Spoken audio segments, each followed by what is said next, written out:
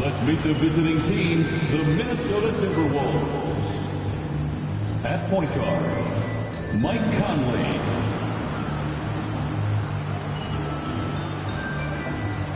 At small forward, Jaden McDaniels. At center, Rudy Gobert.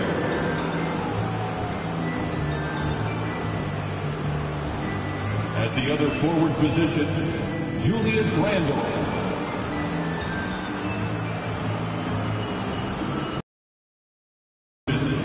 Anthony Edwards. The head coach of the visiting team is Chris Finch.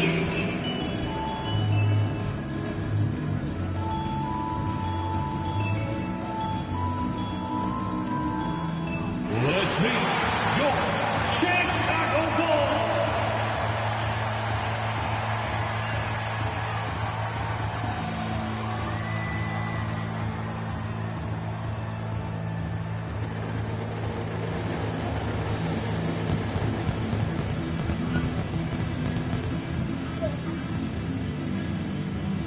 At the small forward position, 6 feet, 7 inches, number 13, Kevin Huerter. At the other forward position, 6 feet, 10 inches, number 14, Matas Buzelis.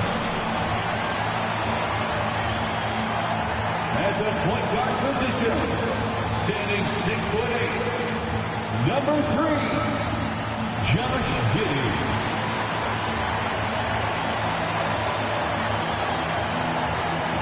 A 6'10" center, number 9, Nikola Vucevic.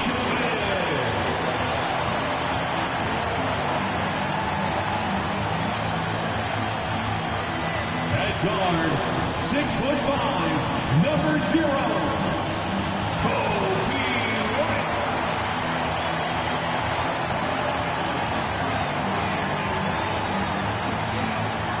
Well, the weekend has officially begun, and we welcome you to this 2K Sports presentation of NBA basketball. I'm Kevin Harlan alongside Clark Kellogg and Greg Anthony.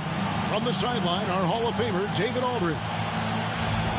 Let's see some of the numbers here for Coby White.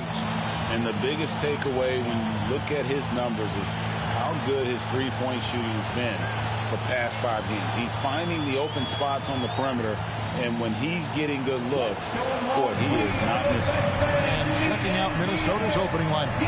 Conley and Edwards are the guards. Rudy Gobert is out there with Randle, and it's McDaniels at the small forward position.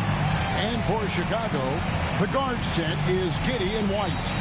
Buzelis out there with Vucevic, and it's Huerter in at the 3 slot. So, Clark, for teams that might be struggling, is it too early to start thinking about personnel moves?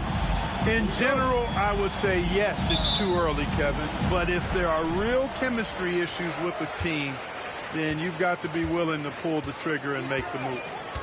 Now here's Giddey. Pass to Buzelis. Giddey kicks to Huerter. And the 3 off target. Minnesota with the ball, fresh from a win against Portland.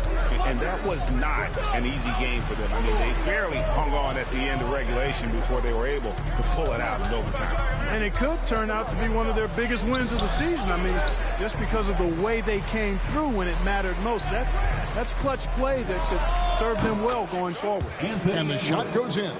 Boy, great take by Edwards, making the correct decision in the pick and roll there.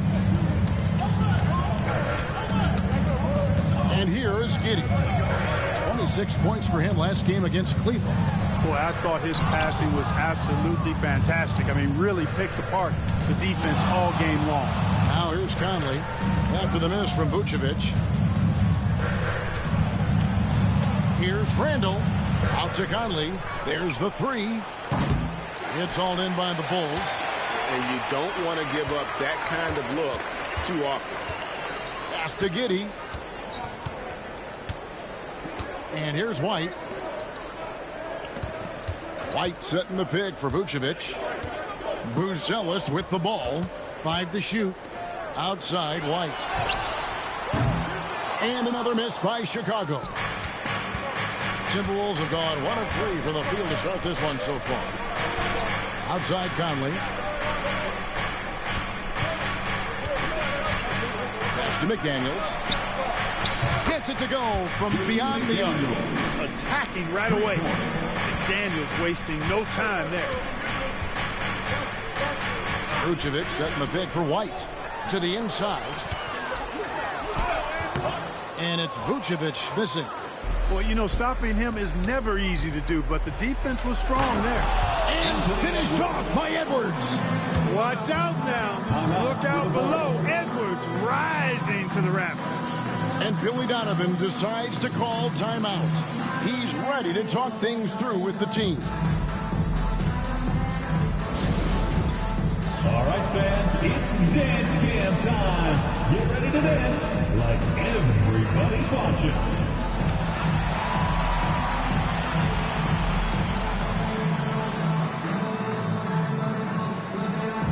You must have left your dancing shoes at home, huh?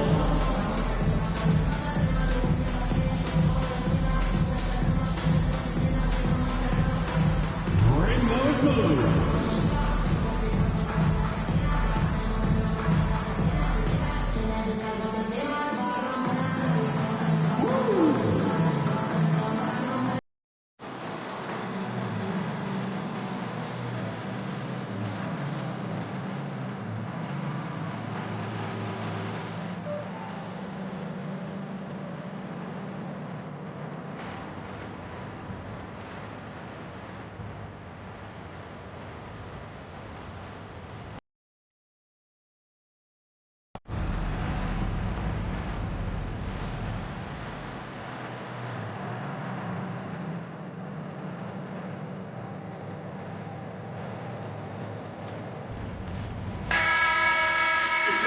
Help out the team whenever you can, and this group of shooting guards have helped out on the glass for their respective teams this year.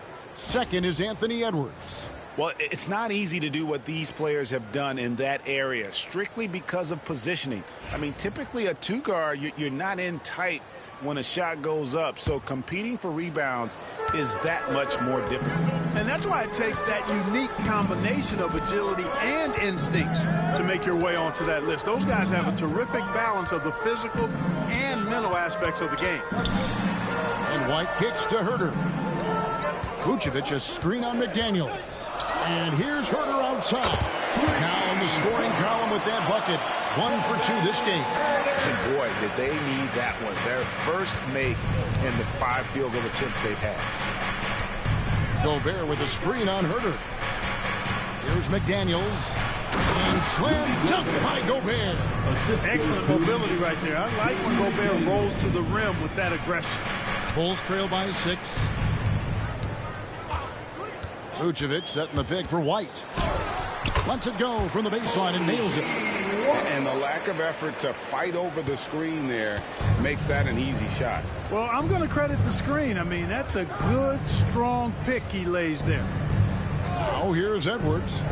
Coming off a solid outing against Portland. A nice shot by McDaniels. Oh, this is the kind of start they were hoping for.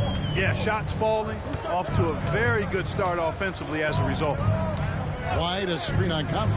Giddy, no one around him. Tried to come right back with the 3 of his own, but it's no good.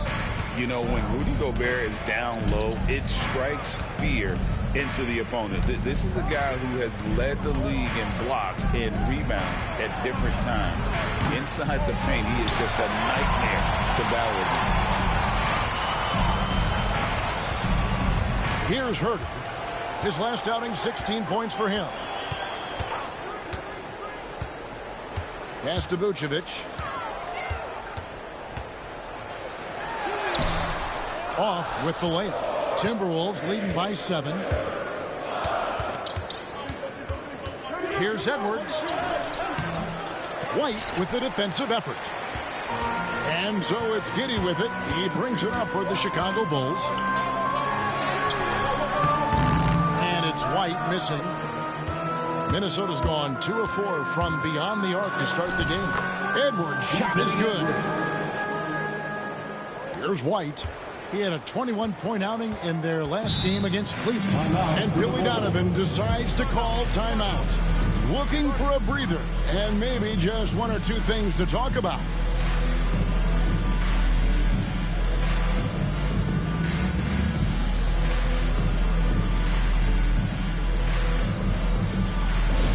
Now come to the floor, you're incredible.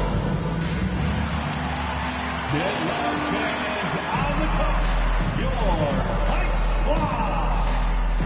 All right, fans, the loudest section in here right now gets free t-shirts.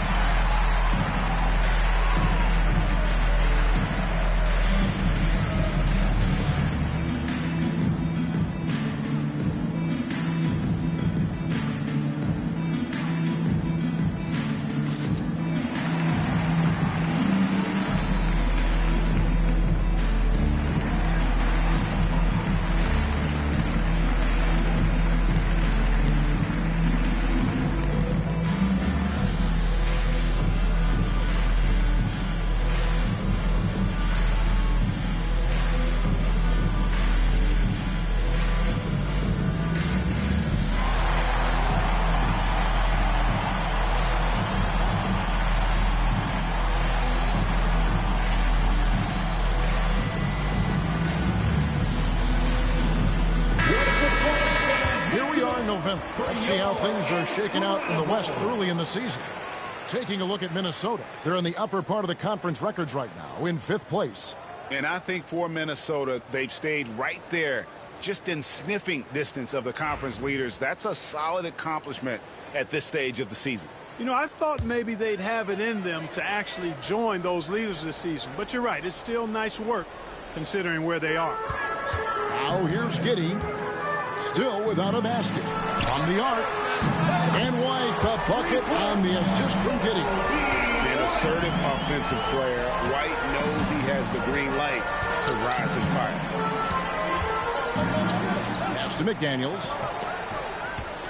Conley sets a screen for McDaniel. And right away, they match it with a three-pointer of their own. For 3. McDaniels got 9 points. And let's head over to the sideline and catch up with David Aldridge. Kevin, I got a few minutes with Billy Donovan. Their team's main focus tonight, well, it starts with All-Star Anthony Edwards. He said Ant is an incredible player. He's so physical. We have to throw multiple bodies at him. It's got to be a team effort to keep him in check. An ambitious game plan. Kevin? Thank you, David. Bulls trail by 11. Now here's Giddey. He's a guy that can score, no doubt, averaging over 25 points a game. Pass to White, the 3. Anthony Edwards with the rebound. And they had some botched coverage that turned into no coverage. At the elbow, it's Gobert.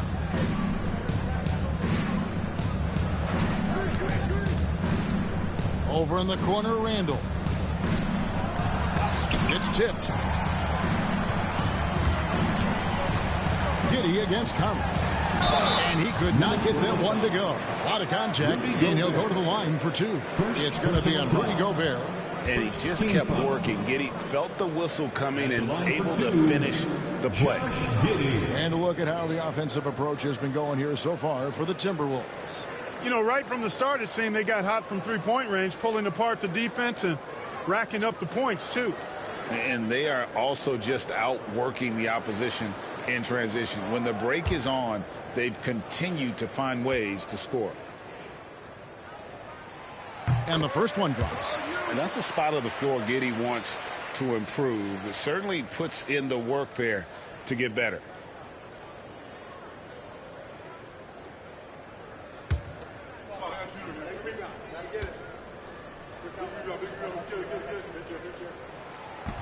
And good on the second, so he makes them both. Timberwolves leading by 9. Edwards with it. 8 points for him. There's the triple. It's rebounded by Huerter. And he didn't punish them for the weak coverage there, but they can count on him to continue missing. Now Giddey pass to White.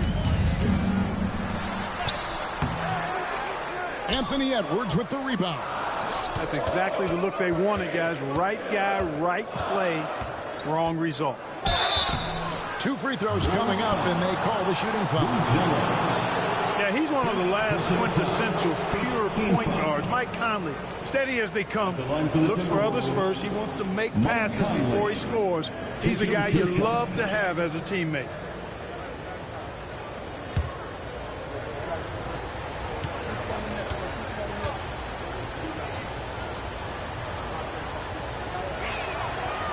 That free throw missing. Regarding court layout, Clark, do you think there should be more space around the court to reduce collisions? Yeah, part of me would say that makes a lot of sense and would be prudent. I mean, you've got to balance that with access to fans who want to be for those premium seats as close to the action as possible. But it is difficult when you see a fan collide with the players. So I think you balance it. I would like to see a little more room.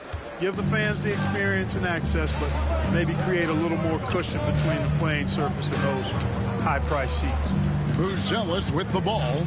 He's defended by Randall. It's stolen by Edwards. Right side, Conley. Pass to Edwards. Edwards with the screen for McDaniel. Off target with the open look. They've been sensational on the backboard to start this game.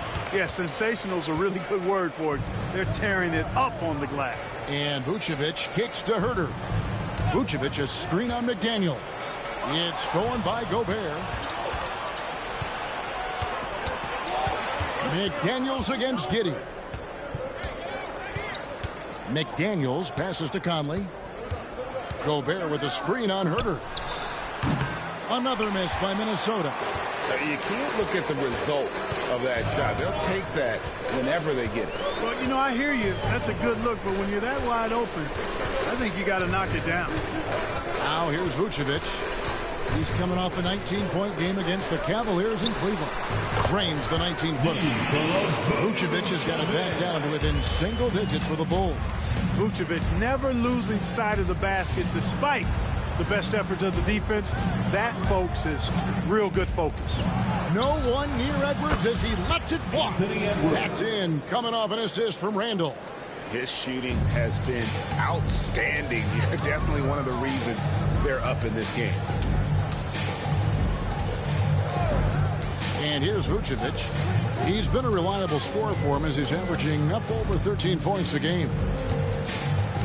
Huerter with it. Picked up by Edwards. Huerter kicks to White. Just 2 to shoot. Shoots over McDaniel. A rebound by the Timberwolves. Gobert's got rebound number 8 here tonight in the game. No good from outside. Bulls trail by 11. Outside, White. Gets that one to drop. That's his 3rd field goal in 8 tries. And love the commitment from White. Took the bump, went up strong, and rewarded with 2 points. And so Chris Finch calls for the timeout. He wants to talk to his guys.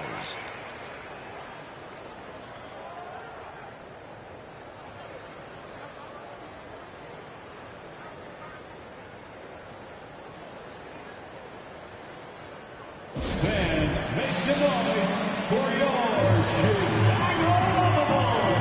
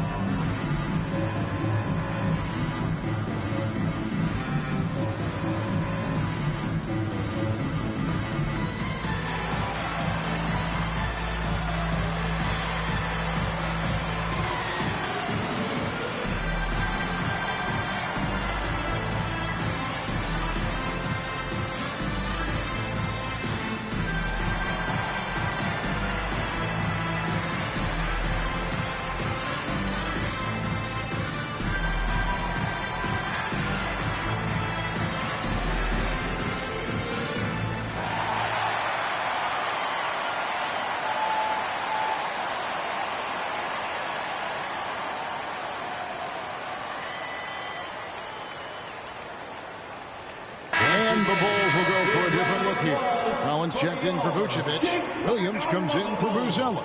Ayo Dosunmu is checked in for Kevin Huerter. And Trey Jones subbed in for Josh Giddey. Big group substitution now for Minnesota.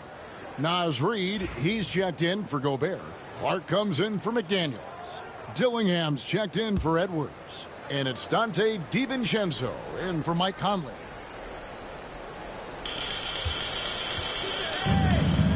Here's Randall.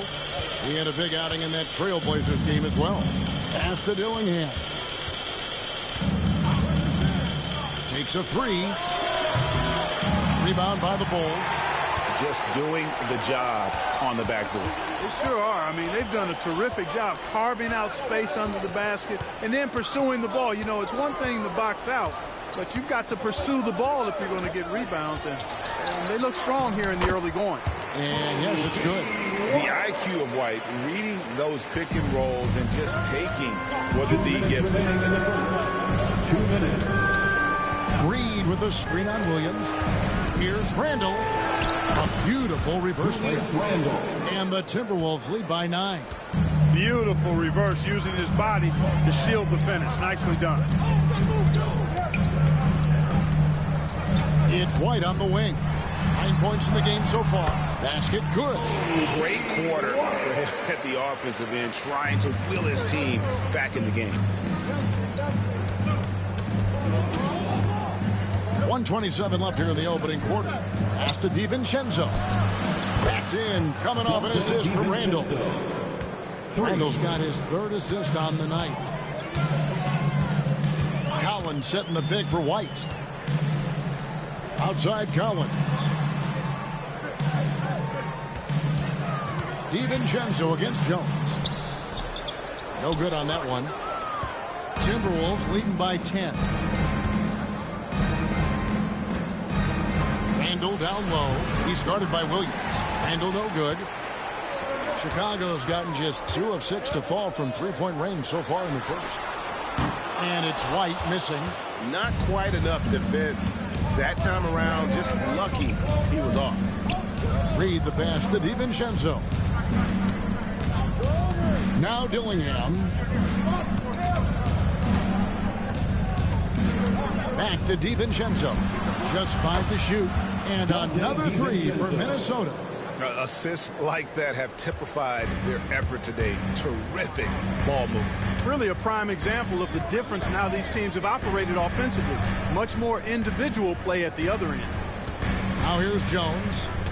Hasn't made one yet. Collins a screen on DiVincenzo. Here's Jones. That shot missing. Anthony Edwards has been leading the charge for the Timberwolves. He comes away with 11 points in the quarter and is showing no signs of fatigue. We come back right after this.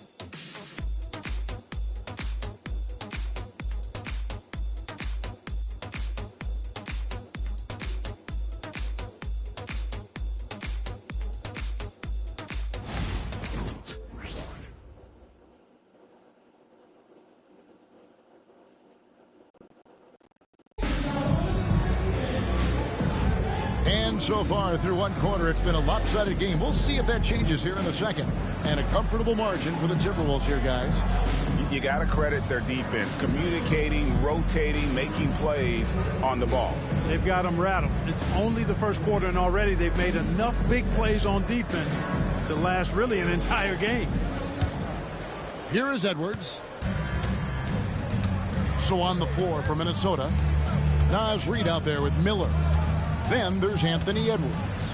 Then there's Dante DiVincenzo. And it's Clark in at the 3, the small forward.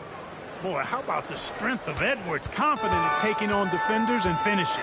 Anthony Edwards is a classic 2-guard. Clark, a spectacular player. What has impressed you most about his development? Well, he's got a great body. He had it when he got into the league after just 1 year of college. Tremendous basketball body, strength and length and bounce. Now he's worked on refining his skill. I think the biggest thing that's impressed me is not only his work ethic, but his poise. He's not a guy that plays frantically. He plays with intentionality and purpose, and that's a tough thing to do when you've got his athletic ability and yours is rolling right now. If I'm his teammates, he's getting a rock every time. Jones looking for an opening. Collins finds Williams. Collins setting the big for Williams over Miller, and good, and it takes a nice bounce off the right iron and down. Minnesota leading by 12. Reed with a screen on Giddey. Here's Edwards. Oh, what a play! Boy, the athleticism of Edwards is something to behold. Love watching him sky up to throw it down. Jones kicks to Giddey. Down low, Collins. That's good, and so Giddey with the assist. A tough start scoring the basketball, but they're starting to turn it around now. Yeah, it looks like they've gained a little bit of confidence as the lid has come off the hoop. Now here's Edwards. 17 points in the game. Jacks up a three. 8 for 11 now as that one does not find the mark. Pass to Giddey. It's Jones on the wing. Stolen by Reed. DiVincenzo with it. Reed the pass to DiVincenzo. Wants to get it to Edwards and does. It's rebounded by Giddey. Giddey's got 4 rebounds in this game. Jones the pass to Dosunmu. Williams a screen on Clark. Here's Dosunmu. Reed with the rebound. Minnesota leading by 12. Pass to Edwards. Here's Miller. Launches it. It's rebounded by Giddey. Giddey's got 5 rebounds tonight. Right now, let's send it over to the sidelines and get a report from David Aldridge. Well, guys, last season, a full 14 teams finished with between 46 and 51 wins, with plenty of teams in the picture. Adam Silver is thrilled with the level of competition. He says, I think what fans ultimately want is to see great competition across the league. Kevin, it's certainly fun to watch. It is, David. Bring it on, I say. The more, the better. Jones finds Williams. Back to Jones. And again, Chicago. No good. And Clark has got the ball here for the Timberwolves. And going against Chicago, their first meeting of the season. And last season, they made short work of this club. 2 games, 2 wins. They may have wished for more games against them. Definite disparity in talent. We'll see if they take advantage again tonight. Minnesota leading by 10. Now here's DiVincenzo. He has 6. Pass to Edwards. Now here is Miller. Gets the 3-pointer to fall. And the Timberwolves lead by 13.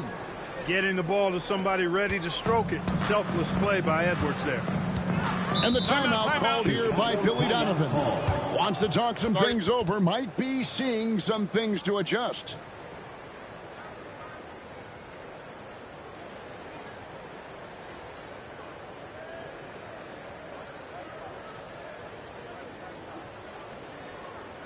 Please give a big round of applause for your Bulls Youth Dance Team.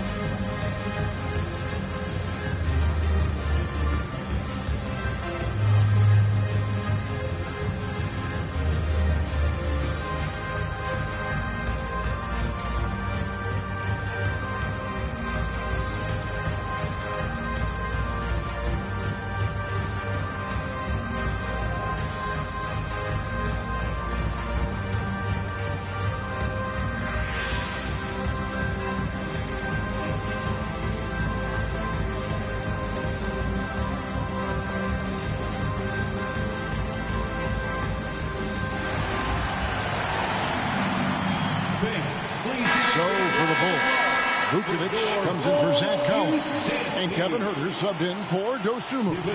Rudy Gobert is checked in for Minnesota. Conley now comes in for Clark.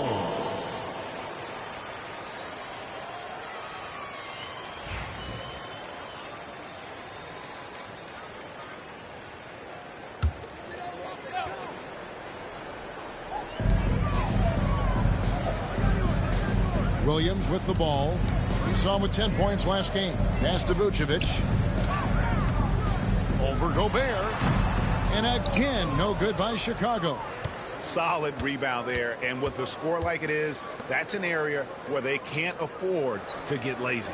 Yeah, another column in the stat sheet that hasn't gone in their favor. To climb back, they've got to put forth more effort. There's the call on Kevin Huerter. That's his first foul.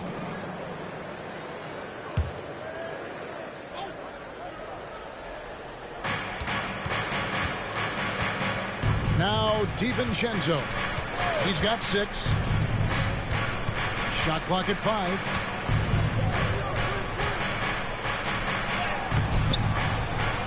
And no good. Nice defense from Giddey. Williams against Conley. Williams inside. Gobert against Vucevic. Oh boy, a lot of contact there, but he gets the call. He will shoot 2. And Frank, you talk about toughness, the compete factor.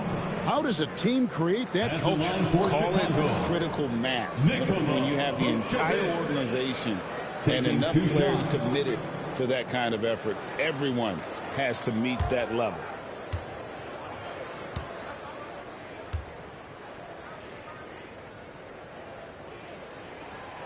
That free throw, no good. You know, very quietly, Vucevic puts up phenomenal numbers consistently. A nightly double-double threat who, you know, bullies opposing defenses on the regular. Here's what Chicago's going with right now. Buzelis comes in for Patrick Williams. And it's Kobe White in for Jones. Timberwolves also changing it up. Randall's checked in for Reed. And it's McDaniels in for Dante DiVincenzo. And one of the most underrated bigs in the NBA. Vucevic quietly dominates on a consistent basis. Now here's McDaniels. He's got 9. Gobert with a screen for Randall. And the call on the shot that sends him to the line. That one on Vucevic. The creative finishing ability of Randall draws a lot of fouls. He's getting his first free throw attempt of the night right now. And take a look at what he's been able to do at the free throw line. 82% more than acceptable. You know, one thing about getting going at the free throw line like he has this season, it can continue to carry over.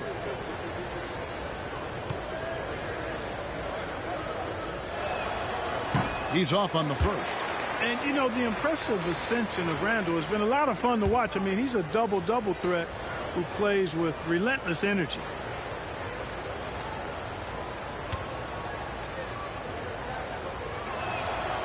And he sinks the second. Bulls trail by 13. And here is Giddey. Gobert with the defensive effort. Edwards looking it over. Pass to Conley. McDaniels against Huerter. Out to Conley. Clock is at 3. Over Giddey. Another miss by Minnesota. Chicago's gone 1 of 2 on three-pointers here in the second quarter so far. Huerter passes to Vucevic. The good-looking shot from the wing. Vucevic has got his second bucket of the night. Boy, you look at Vucevic right there. That's clearly a shot that he's worked on. The proof is in the pudding. Conley dishes to Randall. Pass to Edwards. Over White. Edwards, that's good. Edwards got 8 points in the quarter. And he is really in a zone right now, playing and scoring with confidence. And, Greg, it didn't take long for Anthony Edwards to prove himself in the NBA. There's so much to like about his game. And as outstanding as his offense is, his defense cannot be overlooked. He is a lockdown presence when he needs to be. And Minnesota has possession following the three-point basket by Chicago. Gobert with a screen on Herter. Shot by McDaniels, no good. And here's White. He'll bring it up for Chicago. Trailing by 10. Tough loss coming against Cleveland in their last game played. Well, they made a few key shots, but missed many more. It was a rough night for them offensively. And you know what? If you're not going to outwork your opposition, then you typically are going to get outplayed. Here is Edwards. Following the three-point basket by Chicago. Right side, Conley. Out to Edwards. Takes the three. And that one falls coming off Conley's feet. Conley's got 3 assists in the game. Outside, White. Back to Giddey. Herter against McDaniel. Tried to answer back, but that three is off the mark. Timberwolves leading by 10. Edwards finds Conley. Back to Edwards. Edwards getting the close range, too. And we are seeing tonight why Edwards was selected first overall. Anthony has a special ability to score. Here's Giddey. He's got 5. Pass to White. 3-pointers. Julius Randle with the rebound. Minnesota's gotten cold from deep in the second quarter. Just 2 of 6 from long range.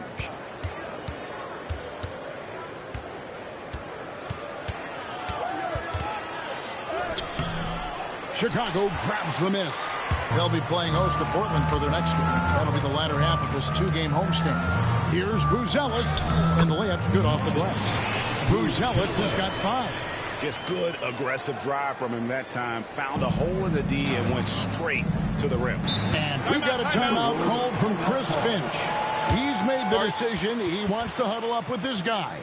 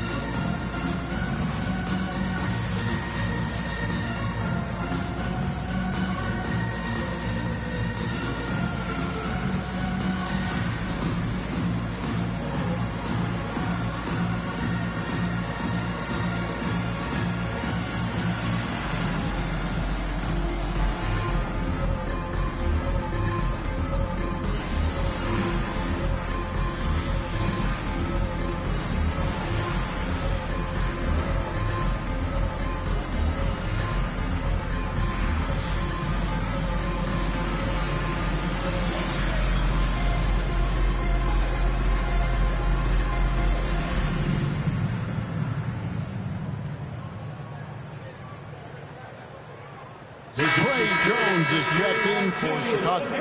Dante DiVincenzo, he's checked in for Minnesota.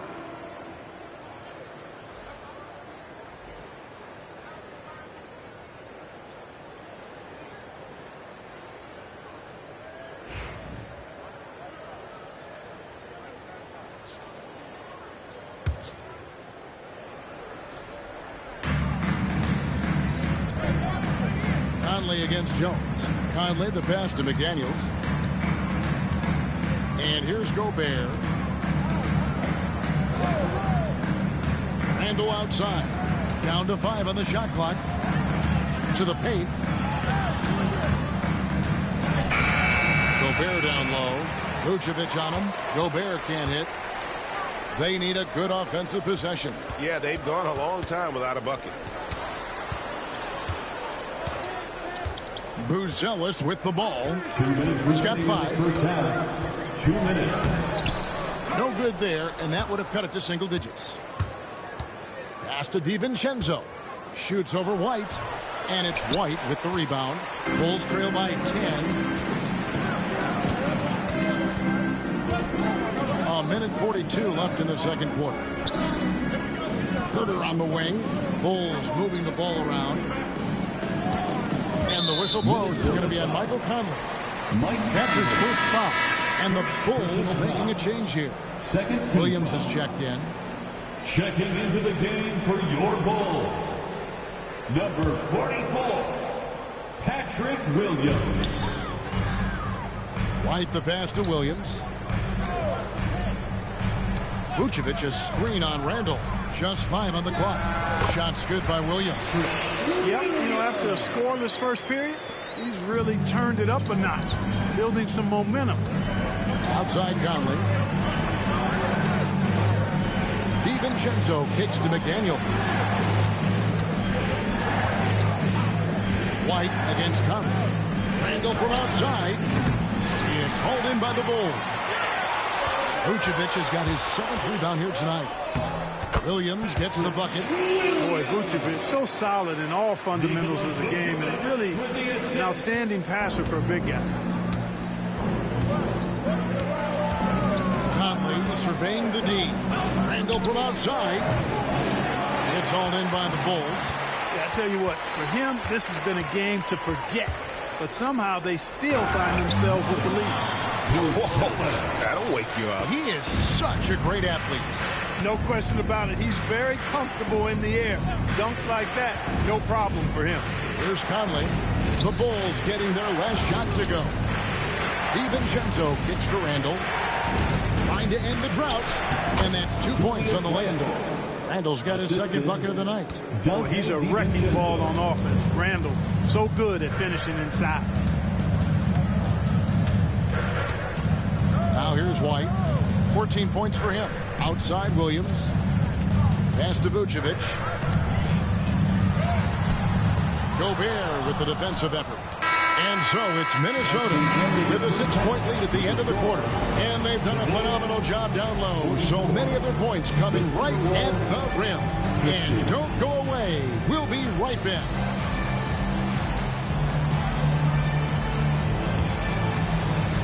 Fans, please direct your attention to center court and get ready for the Fan half-court shots. Drums, please. They're thinking about the shot. Oh, someone left the window open. Let's hear it for the participants.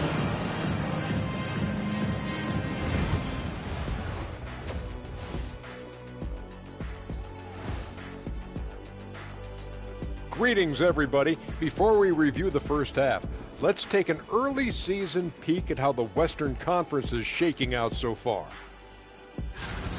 If you were in the locker room of one of these struggling teams, what would you be saying? I'd be too mad to talk. Shaqzilla gonna keep stomping everyone and breaking us stuff until we start winning. Well, you know what, Ernie? I might take a little bit more of a diplomatic approach. Just a bit.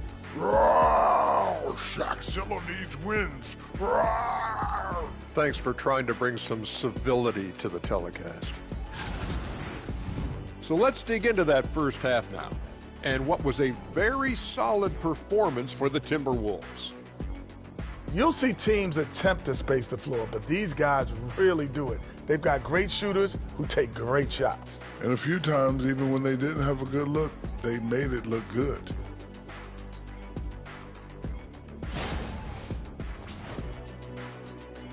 Thank you for being with us. Now let's send it to Kevin Harlan for the second half tip.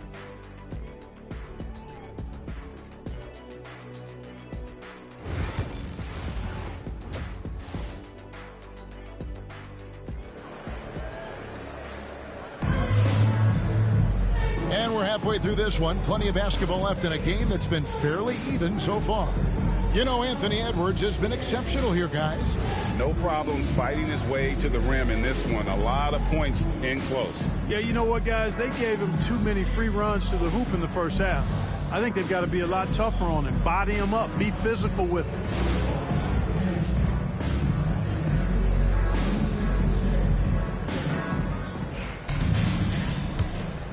Here's Conley. The guard set is Giddey and White. Buzelis out there with Kevin Huerter. And it's Vucevic in at the 5 down low. So that's the 5 in the game for Chicago. And the great shooters know when they've got enough opening to go for the 3. I didn't think it was a bad choice on that possession. Now here's Huerter. Vucevic setting the pick for Huerter. Teardrop shot. Gobert pulls it in. Gobert's Timberwolves leading by 6. Randall down low. Over Buzelis. That one off the back iron and out. The Bulls shooting for the game at 42%. Over in the corner, White. And it's out of bounds. Last touch by Edwards. Basketball. And while we've got a moment, let's check out the best defenses in the NBA. In 4th, the Timberwolves. This is a team that takes pride on the defensive side of the floor. I mean, they play hard and they play together. They are a tough group to score on. Now, Giddey. Vucevic is screen on Conley. Giddey kicks to White. With quick feet and excellent lift and competitive spirit, McDaniels a lockdown defender. Mr. Gobert. Now Randall. Here's Edwards. That's in. Coming off an assist from Randall. Randall's got 4 assists in the game. And so White will bring it up for the Bulls. 8-point game. And 2 free throws coming up. Unable to get that one to go with all the contact. It's on Anthony Edwards. And White is looking to make things happen out there. If he has to get physical in the process, that is not going to be a problem. Chicago shooting their 5th and 6th free throws of the game.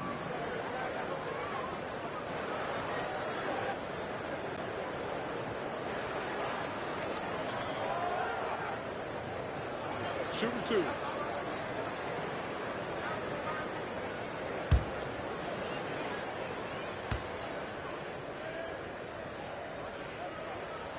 And he knocks down the first one. The athleticism and blinding speed White possesses is impressive. This guy plays with a lot of moxie.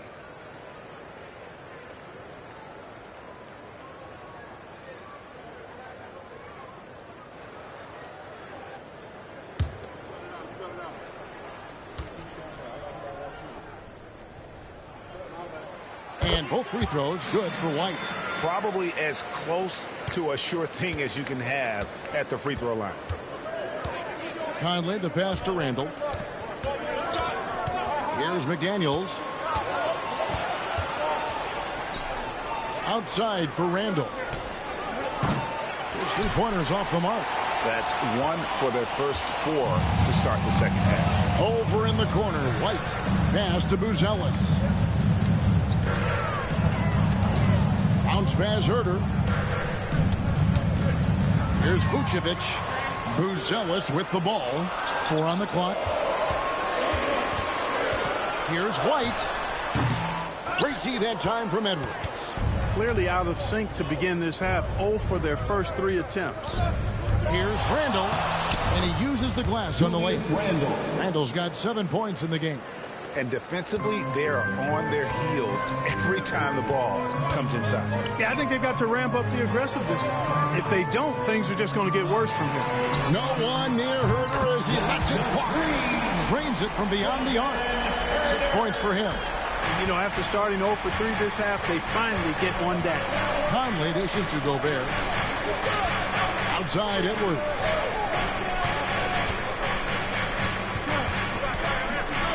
Shoots from 12. And the Timberwolves tack on 2 more.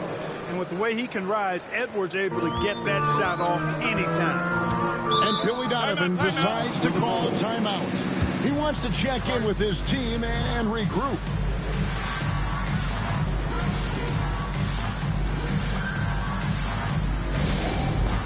It's time for Dance Jam. If you see yourself on the big screen, you know what to do.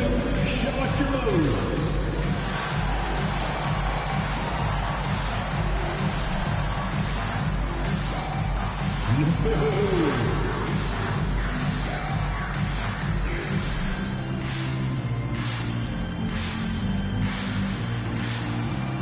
Let's see those moves.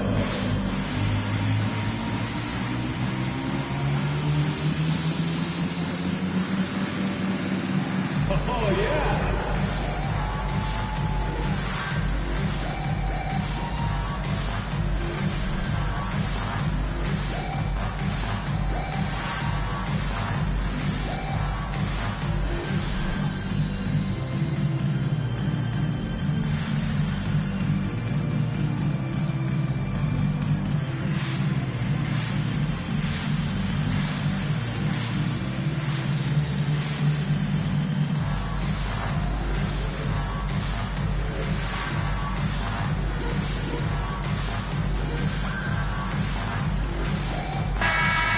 Quick review at the numbers for Rudy Gobert. And he's among the top 15 in rebounding. Just a powerful presence in the paint. And his ability to patrol the lane is a difference maker for that team. Exceptional timing and anticipation. That's why he's a top 10 shot blocker.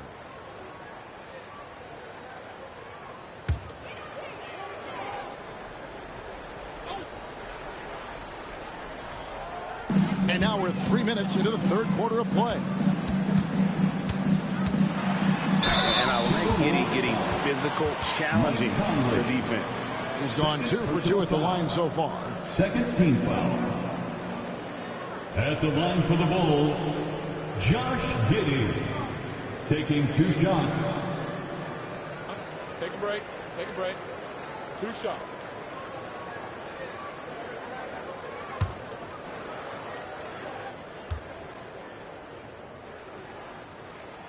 And the first one at the line is good.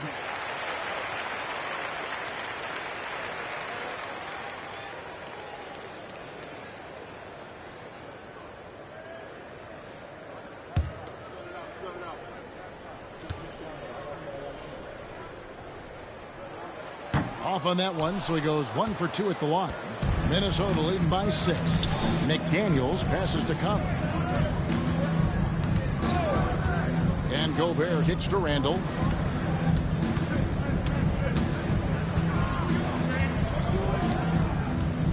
Shot clock at 6.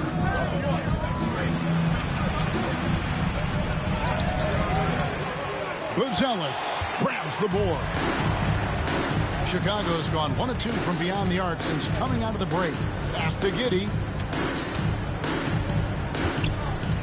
Quite a screen. Giddey against Conley. Now Herter.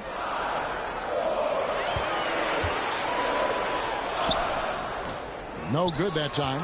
Yeah, the offense scuffling a bit to start this second half. Only 1 for the first 5. Pass to Conley. It's Edwards on the wing. Light covering. And he gets the whistle. 2 free throws coming up. Yeah, and you know, when Edwards is aggressive, I think it forces defenders to try to get physical back. And when he's close to the rim, he usually is able to draw the foul as a result. And guys, let's get your take on the scoring breakdown so far for the Timberwolves. I mean, they've been stepping it up in terms of their shooting from distance, and the confidence has been there all game long, leaving the defense to scramble.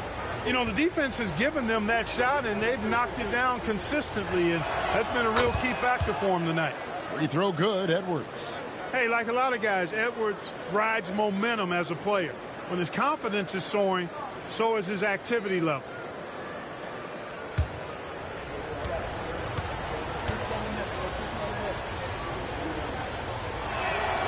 Both good from the line that time.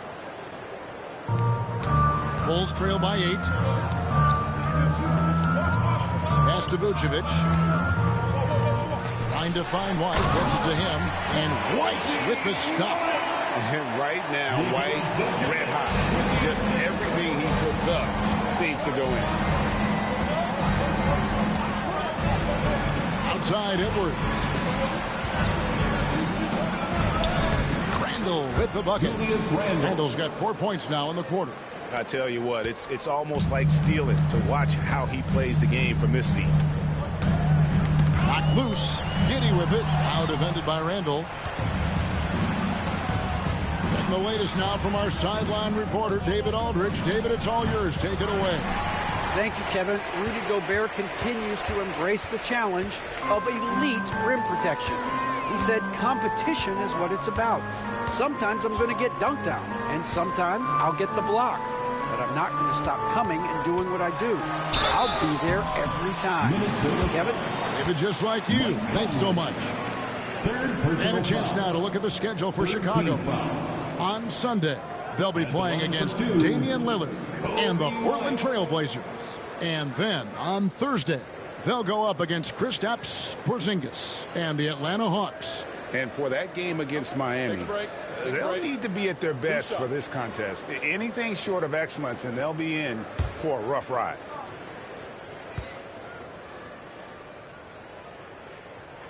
First one falls for Williams is checked in for Bruce Ellis. And the Timberwolves also making a change. Reed's checked in.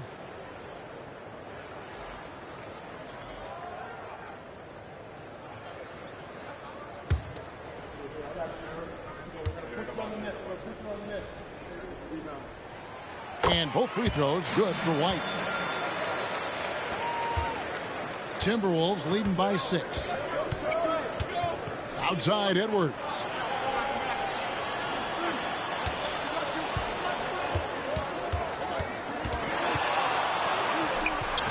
An easy 2 points on the layup. Edwards got 32 points. Built like a linebacker, Edwards is not your average off guard, folks. Outside Williams. Vucevic setting the pick for Williams. And it's Williams finishing it off. The finish was nice, but the setup was better. Yeah, G.A., the pick working to full effect before the stuff.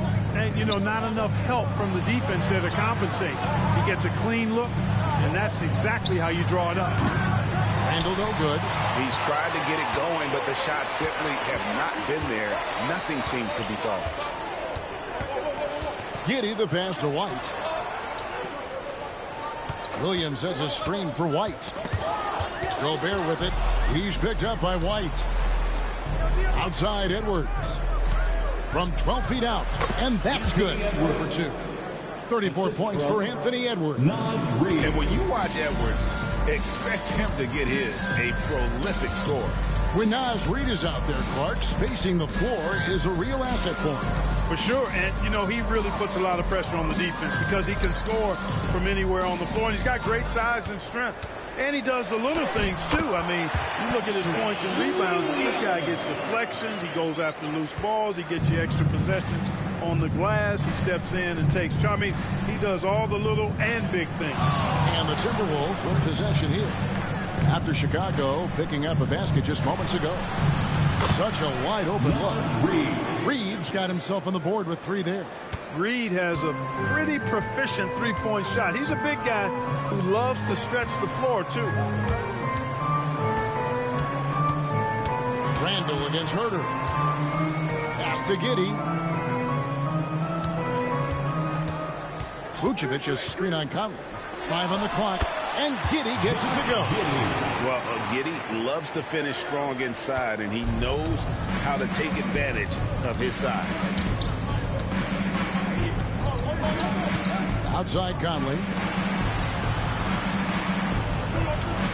Edwards against White.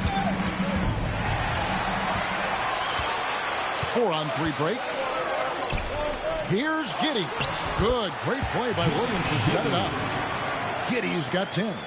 And that's how you do it, guys. Ball pressure and then get some run out. Near the three-point line, it's Edwards. It's all in by the Bulls. Giddey's got 9 rebounds now tonight. Out to the right wing. Here's Vucevic. From outside, off the mark. Timberwolves leading by 5. 11 feet away, and the basket good. A bank shot that time. Edwards got 36. And that was a confident shot. Love when Edwards just rises up and fires off the dribble. Gobert with the block. Randall against Herter. Randall down low. Out to Edwards. Pass to Conley. Gobert with a screen on Vucevic. Finds it again. Conley's shot is off. He is single-handedly dropping the temperature in here with that cold streak. And he's got to find other ways to contribute then, because his shot making is not happening right now. I mean, a 6'8 playmaker. Giddey is a point forward, and he piles up the assists. And we've got a timeout called from Chris Finch. He's going to have a discussion here on the sideline.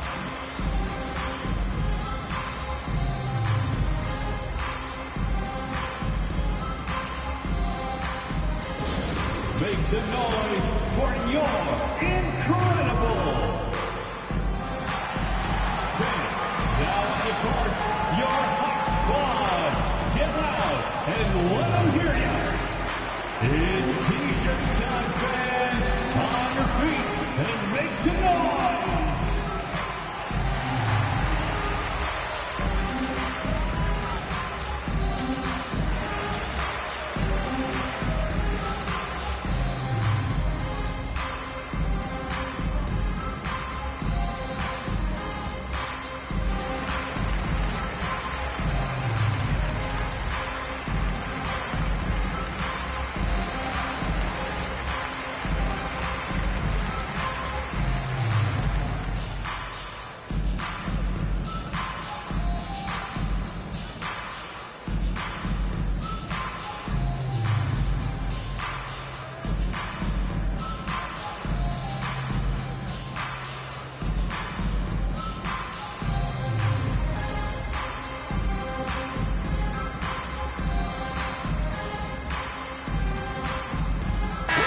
For the Bulls, Zach Collins checked in for Vucevic.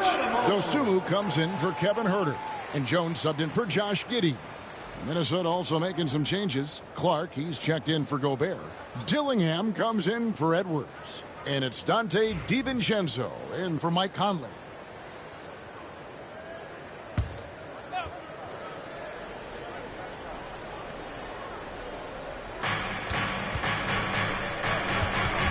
Here's Dillingham. Right covering from deep. A shot that time, not on target. And the rebound battle split evenly thus far. Yeah, tit for tat on the glass. Just one more aspect of what's been a very closely contested ball game here. Timberwolves leading by 4. Here's Dillingham. Still scoreless. Reed with a screen for DiVincenzo. And it's Chicago with the rebound. Very surprising that he came away empty there, especially given room to operate. And here's White. 20 points for him. 2 minutes.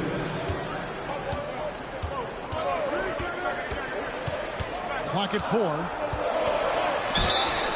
And contact on the shot, so he'll be shooting free throws here. First personal foul. And probably more of a natural scorer than passer.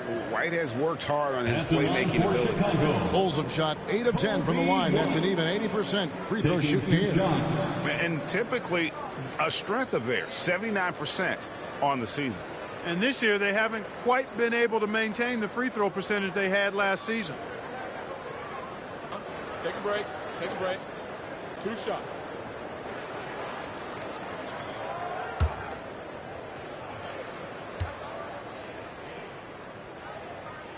And he makes the first. Here in the second half, they have definitely made free throw making look easy.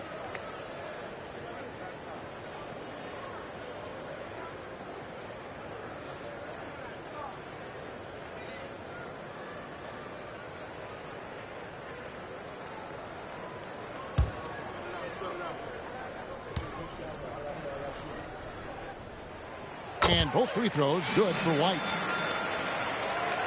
1:51 left in the third. Minnesota in the lead. Three-pointer, Randall. Good on the three-point shot. Randall's got 12. For 3. It took a long time for him to get that first triple. Let's see now, though, if he can get going. Here's White. shooting foul as the whistle blows. He'll shoot 2 free throws. He's gone 6 of 6 from the free throw line. 15 foul. At the line for the Bulls, Kobe White. 2 shots.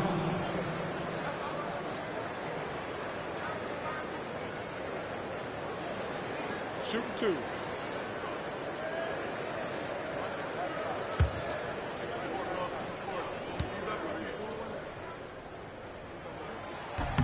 No good on the free throw.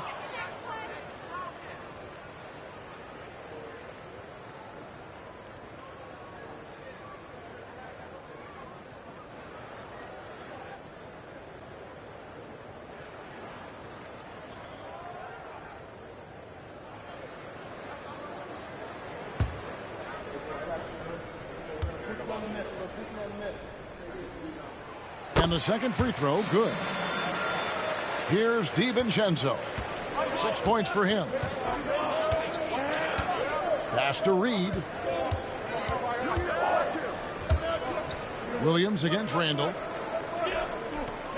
Now here's DiVincenzo. Reed with a screen for DiVincenzo. No good on the 3. And here's White. He'll bring it up for the Bulls. Trailing by 4. Over Dillingham. White, good. White's got 11 here in this quarter alone. The nasty handles of White, just so gifted at putting on a show with moves like that. DiVincenzo finds Clark. Here's Dillingham. Randall left side. Over Williams. That's good from Randall on the assist from Dillingham. Randall's got 9 points here in the second half. Here's White. Reed with the rebound. Reed's got his 4th rebound with that last one here tonight. Randall with the bucket.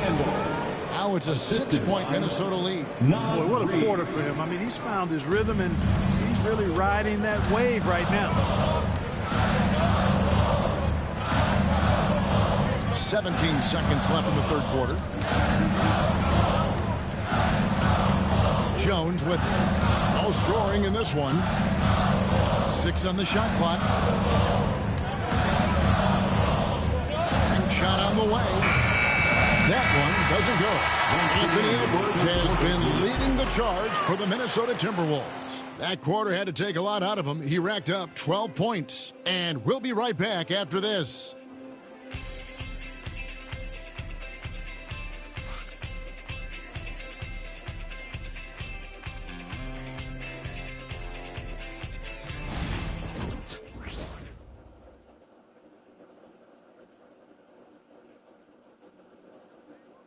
And a chance right now to show you our State Farm assist of the game.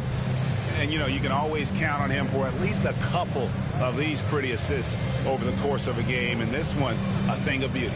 It sure is. I mean, he's a maestro. Great vision, terrific IQ, everything you want in a point guard.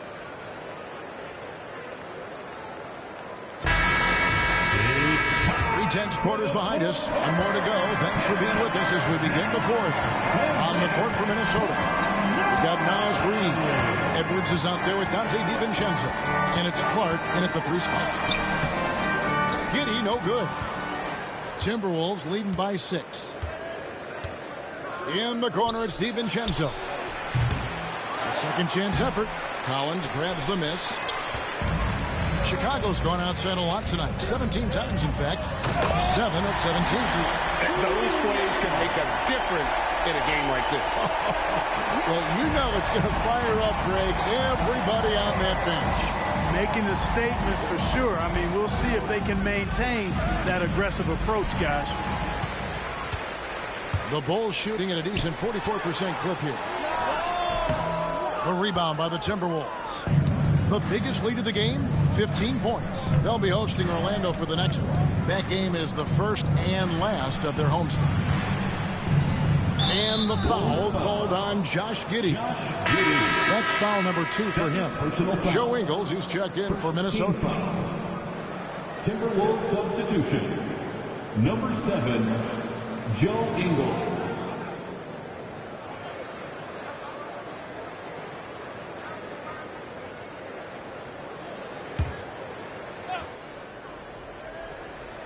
A few possessions into the fourth quarter, just over a minute played.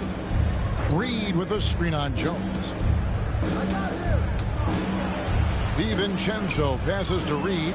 On the inside, Reed's got a deep bag that he can go to. And he's a hard guy to cover. Personal foul. Second team foul. Shooting for Minnesota, Naz Reid, taking 2 shots.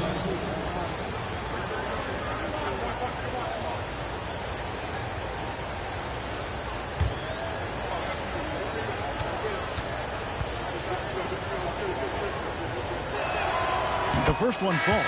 And every season, it seems, Reed takes another step forward in adding to his game, and that's a testament to his strong work ethic. And the Timberwolves making a change here. Dillingham's checked in.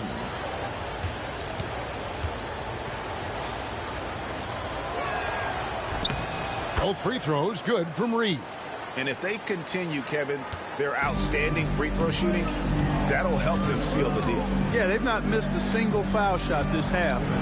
That's taking care of business, fellas. Now here's Jones.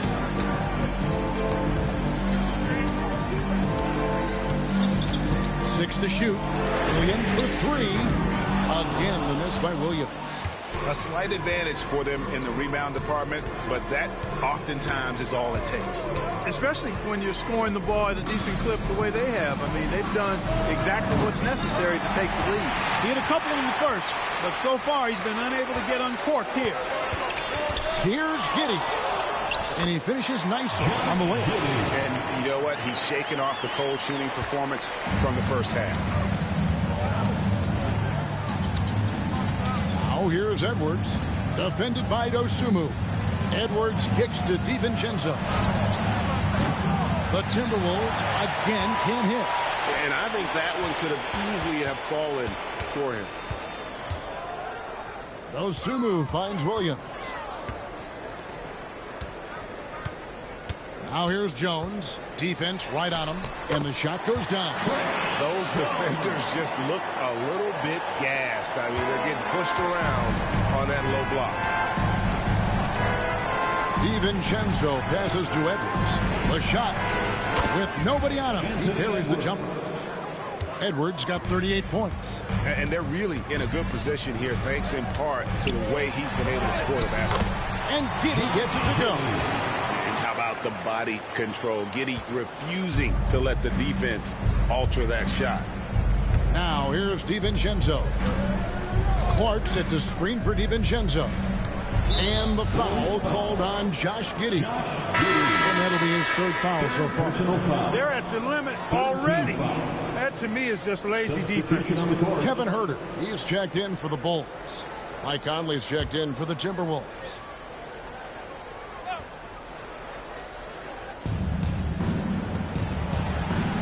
Outside, Edwards. Shot clock at 5. Shoots over Huerter. Edwards can't hit. Not really his best quarter as far as scoring. Let's see if he can eventually get back on track. Over in the corner, Williams. A miss that time would have put him up. And so Conley will bring the ball up for Minnesota. The biggest lead of the game, 15 points. Played in with a nice touch off the glass. And the Timberwolves lead by 4. Conley, so crafty with that left hand of his. The veteran knows his way around the hoop. Now here's Giddey. Williams a screen on DiVincenzo. Inside, Collins. And finished off by Collins. Outstanding entry pass there. He knew exactly where to go with the ball.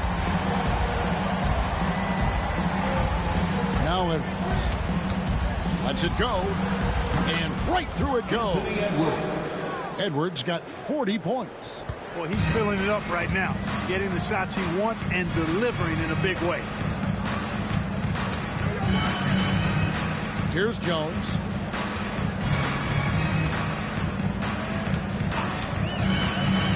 Pass to Huerter. Fires for 3. That's in. Coming off an assist from Jones. Huerter's got 9 points here in the second half. Outside Conley. To the middle, Williams with the steal. Outside, Jones.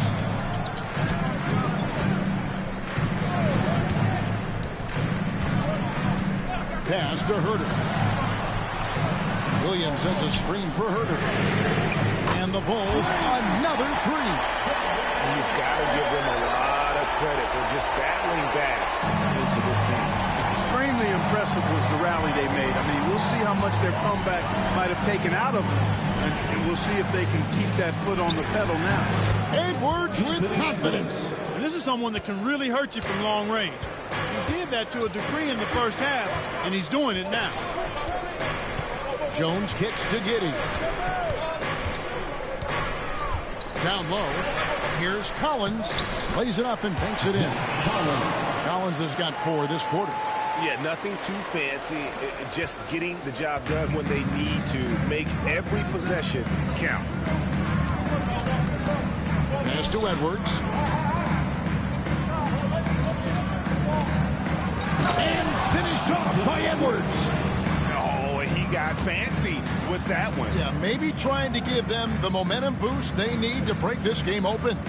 And I like it. I mean, some coaches might want to see just a sure-handed lay-in there, but for me, I don't mind a little extra. Here's Jones following the bucket by the Timberwolves. They set the pick. And here is Giddey.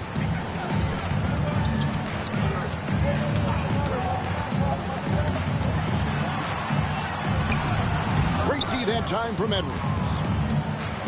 Minnesota's gotten just 1 of 4 3-pointers to go down for them here in the fourth. DiVincenzo passes to Conley. Let's go. And again, it's Minnesota converting. Off-ball preparation paying off for Reed. He was just waiting for that pass. Collins setting the pick for Giddey.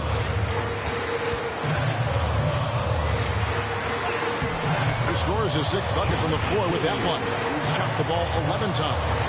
And obviously his momentum from the last game has carried over here tonight. And you know that's how it goes with him. I mean, his hot streaks, guys, don't last minutes. They last days. And so Chris Finch calls for the timeout. He has decided it's the right time to talk.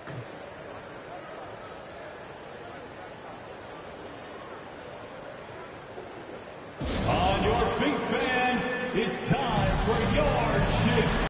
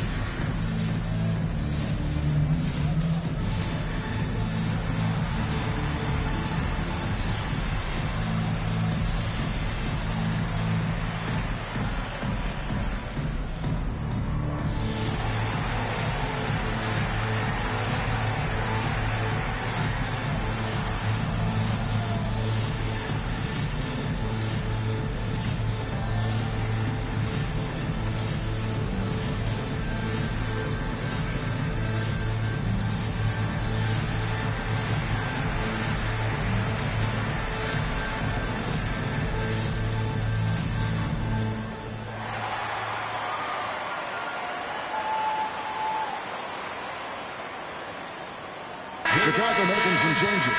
Vucevic checked in for Zach Collins. Bruce Ellis comes in for Williams. And it's Kobe White in for Jones. And then for Minnesota, Gobert, he's checked in for Reed. Randall comes in for Clark. And it's McDaniels in for Dante DiVincenzo. And now we've got some time to check in from the sidelines. You got for us, DA? Hey, guys, here's what Chris Finch went over with his guys during the break. Now, they preached the little things in the huddle. They asked their team to battle on those 50-50 balls. One extra possession could be all the difference. Back to you, Kevin. All right, thank you, David. You know, even though they're on top in this one, you'd like him to be better out there because he's capable of being better. Sure would make things a lot easier, too. Now here's White.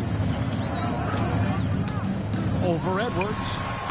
Off the left rim and out. The Timberwolves have gone 6 of 13, so just above 46% on their field goal attempts here in the quarter.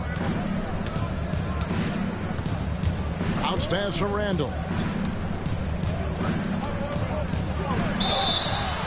And foul on the shot, so he'll get a chance at the line. It goes on Josh Giddey. Anthony Edwards has a great body and knows how to control it. Showing you right there by taking advantage to draw the foul. 2 shots.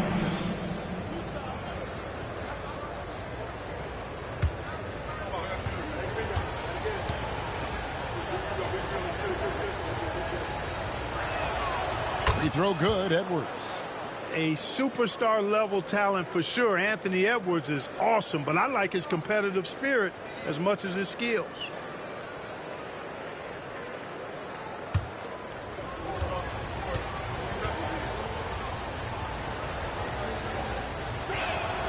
And Edwards drops them both. And just a better job of getting to the line here in the second half. Didn't get there once in the first. Pass to Buzelis. And here's Hunter outside. Julius Randle with the rebound. Timberwolves leading by 3. Now here's Gobert. Outside Conley.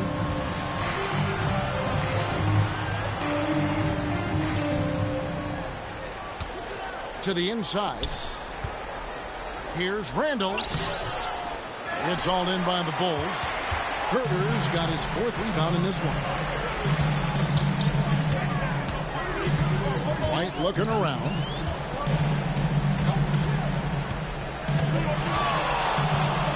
Inside.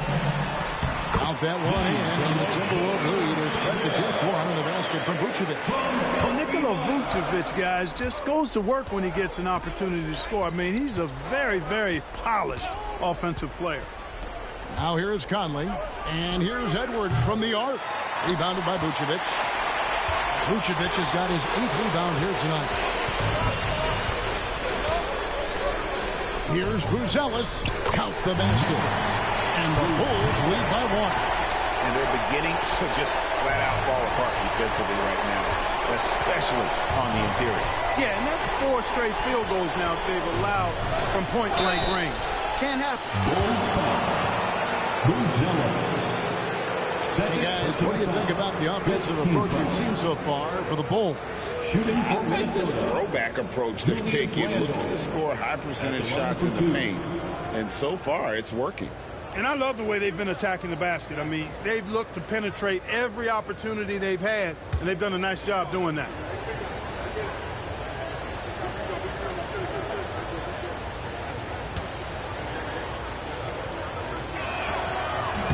That free throw good from Randall.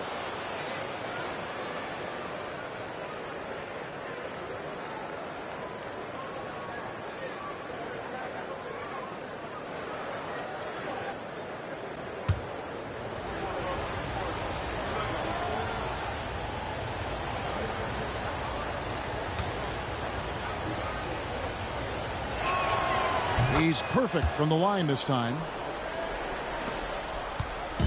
And so it's Giddey with it. He brings it up for the Chicago Bulls. For the Bulls. It's a 1-point game. And the timeout called here by Billy Donovan. Wants to make sure everybody's coordinated and intent. It's the Silver Crew in the 3-1-2. Here's your 3-1-2 crew.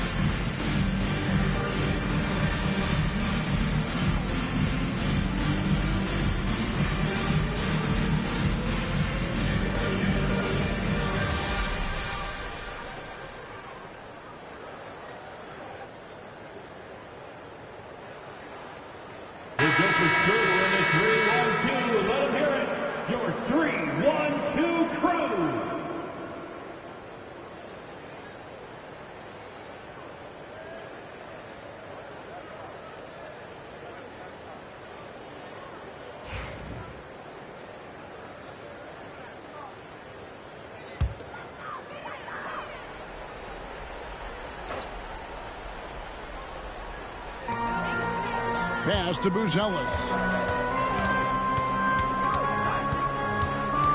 Here's Herter. Vucevic, a screen on McDaniels. To the paint. In deep. And it's Vucevic missing. Minnesota in the lead. Edwards inside. White covering. And here is Conley. And here is McDaniels. Pass to Randall. Over Buzelis. And he tries off the glass, but it's no good. Well, Chicago's gone 2 of 5 on three-point shots since the end of the third quarter. Right, the pass to Vucevic. Look at Vucevic, and his tenacity goes up the closer he is to the cup. Defenders try to match his level of physicality down there, which more times than not results in him going to the foul line. Taking 2 shots.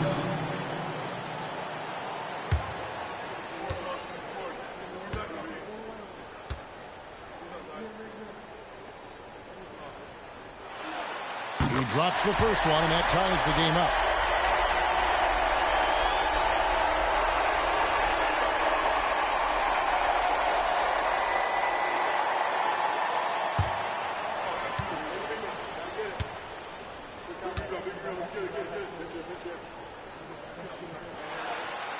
And he is unable to get the second one.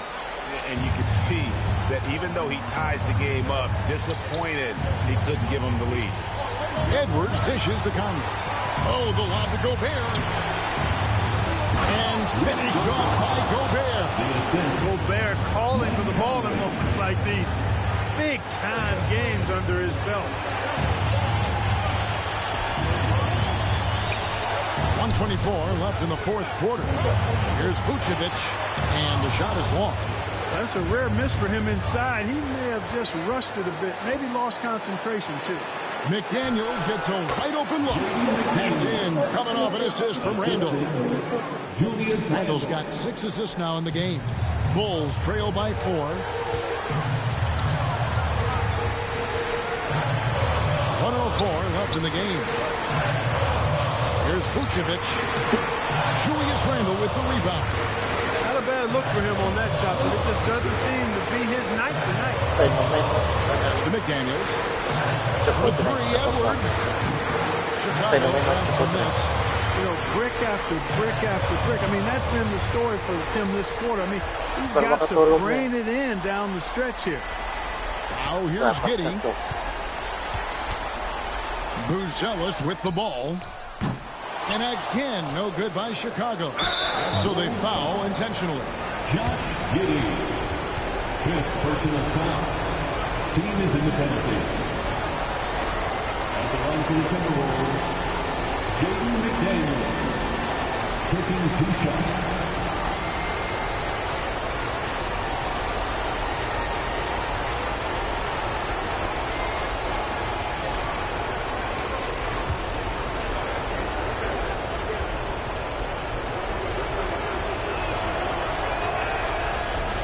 He misses the first one. Boy, he wanted that one to fall.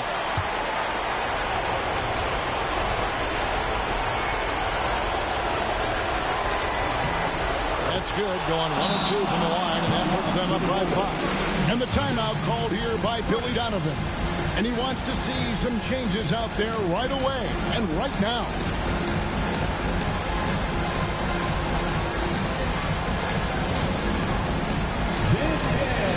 Get ready, everyone.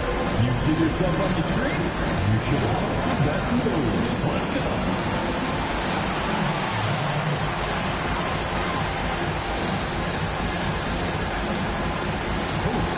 Sit down.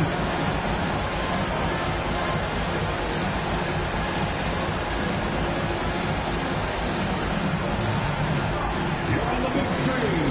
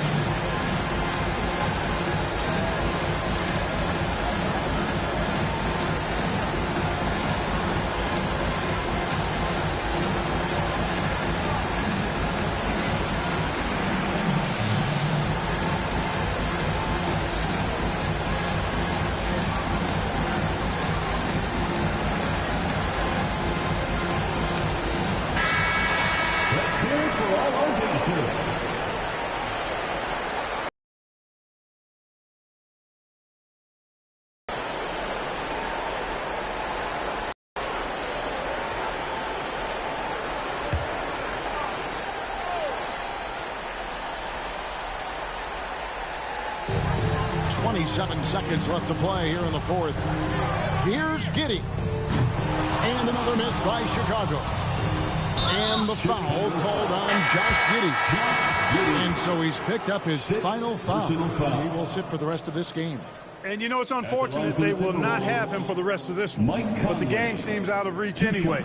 And you hate to have a player foul out, but their depth could be an asset here, helping them weather his absence.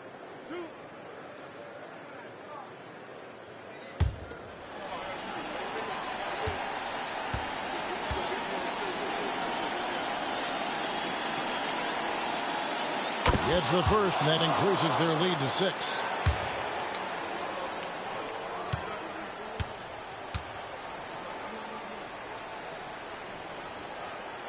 And so he drops them both. It's a 7-point game. You know, mistakes there. Good free throws to give them just a little bit more cushion. Here's Buzelis. And that time, also a missed shot.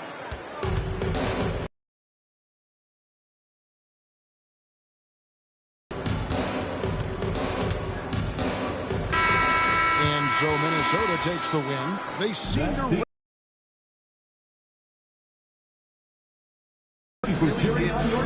all of that negative energy this crowd was directing at them. I mean, they turned it around and used it as motivation to close out a significant win. And now we'll send it over to David Aldridge, who is standing by courtside. David. Thanks very much, Mike. The game is flowing for you. What is it like to be on a win streak like this? Well, the game's just back to being easy again, you know, just making the right plays, playing off of the teammates, and guys are just really being unselfish. And it's easy for me to play in that style, and it's fun to be around. You sure look like you're having fun, man. Thanks very much. Back to you. Thank you for that, David. Well, folks, that's going to do it for now. For Greg Anthony, Clark Kellogg, and David Aldridge, this is Kevin Harlan saying thanks for watching. And now we present the player of the game, Anthony Edwards.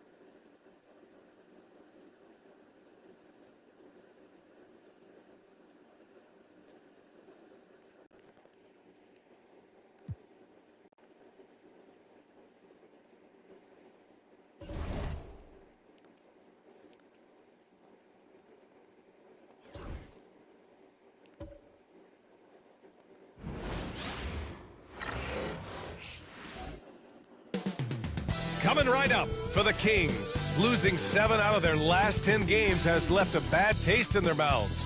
But tonight represents a new beginning, and they want a taste of victory once again. We'll be right back on 2K Sports.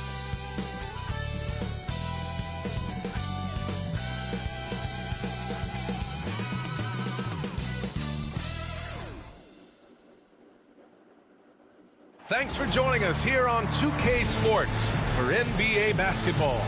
This is Brian Anderson.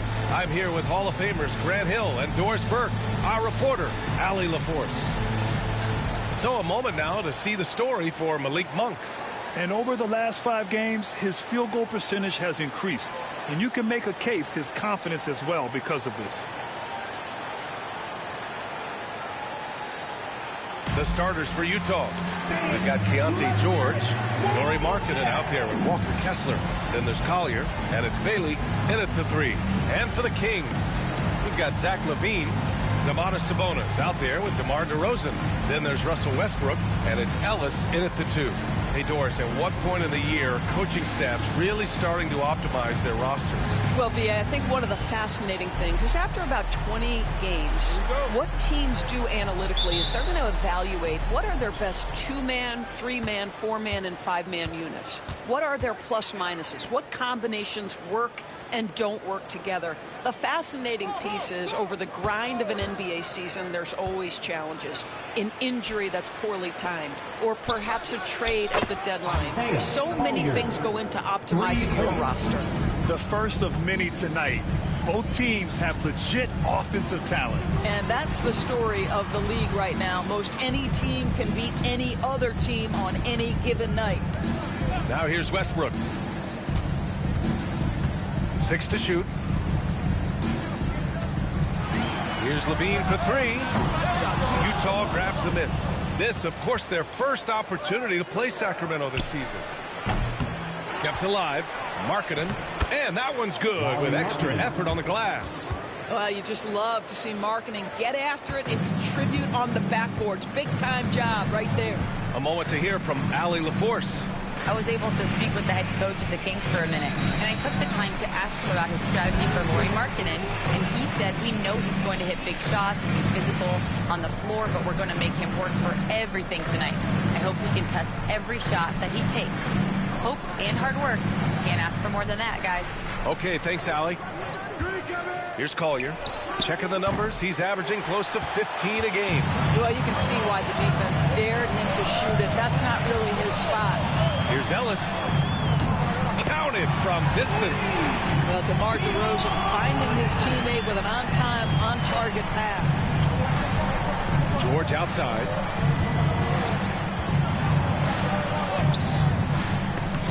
And a missed layup.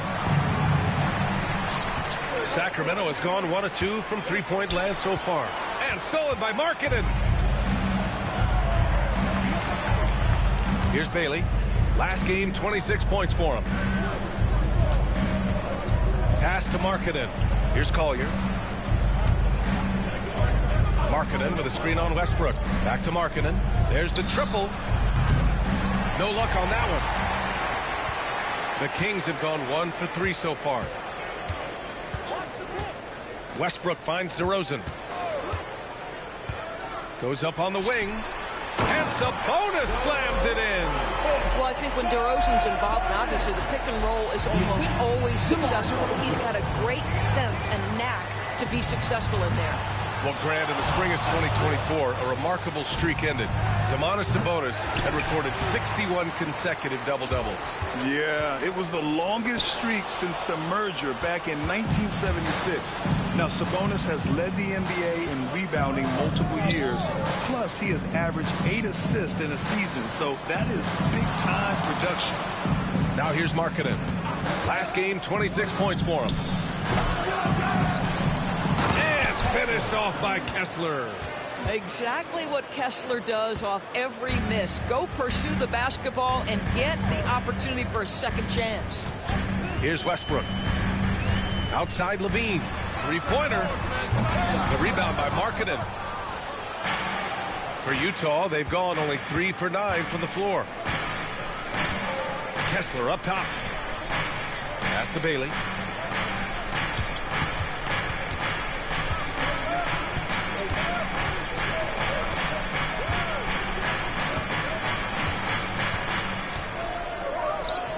Hands it from the wing.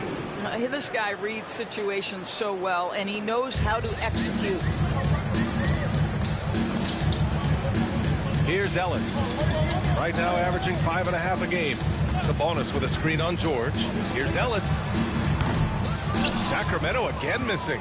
I think this is a spot he has got to become more consistent from if you want to command the defender's respect. And a foul called on the way up. So he'll take 2 from the free throw line. Well, Doris, the 7-footer from Finland, Lauri Markkanen. What makes him so tough to stop? Well, the size you mentioned, 7 foot. The sweet shooting that he provides has got tremendous range and accuracy from three-point territory. Can put it on the deck, is willing to mix it up on the glass. There's a lot to like.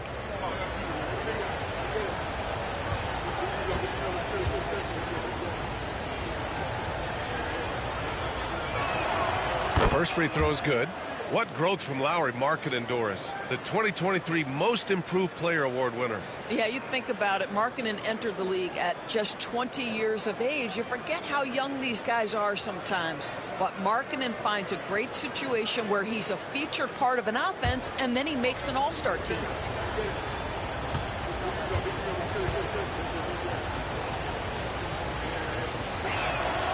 Markkanen hits them both. This is what makes him a challenge to stop. He will beat you from the floor, and he can also beat you from the line. Now DeRozan. Still no points. Pass to Ellis. Picked by Sabonis. Takes the three. Again, the miss by the Kings. And he probably thought he was going to bury that one. And he lobs it up. They're beginning to take control now, and this could be a crucial point in the game. Well, working hard, building out a small lead, but you can't afford any kind of letdown here.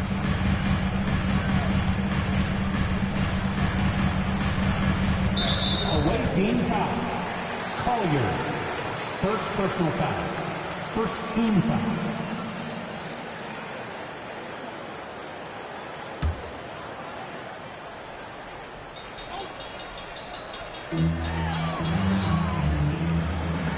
Levine feeling it out a bit. Shot clock at 6. Pass to DeRozan. Can they get it? And it's good. Credit Levine with the assist. Now, how easy to rise and fire on the catch is it if you're DeMar DeRozan, such a pure, gifted scorer? George passes to Bailey.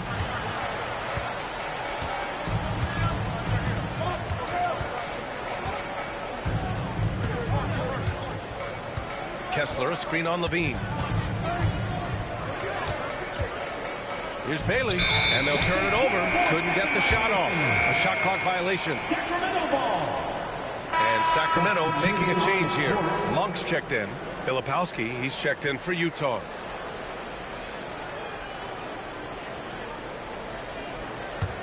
Kings trail by 5.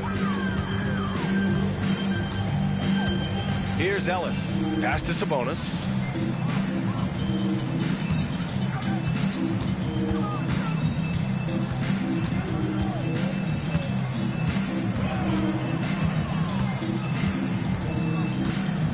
Now here's Monk. Over George. Sacramento again missing. Clean look from mid-range. Coach will probably want to run that play again. There's the drive. And that one is hammered home. Woo!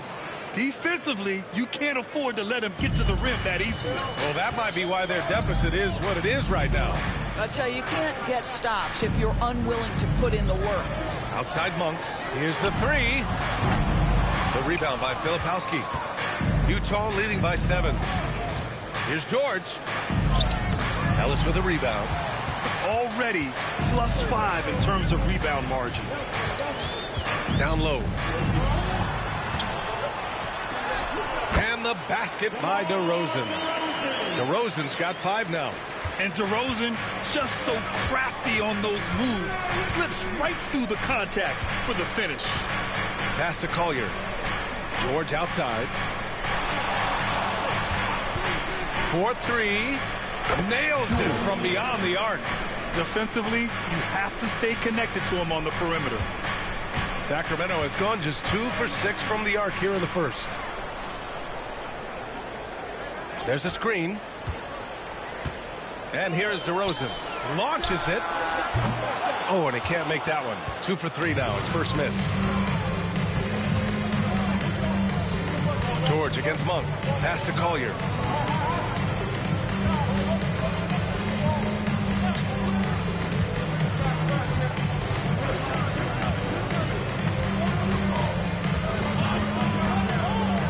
And the foul is called. He missed it, so he's got a couple of free throws coming his way. Utah shooting their 3rd and 4th free throw attempts of the game. For the away team, Collier, 2 shots. Take a break. Take a break. 2 shots.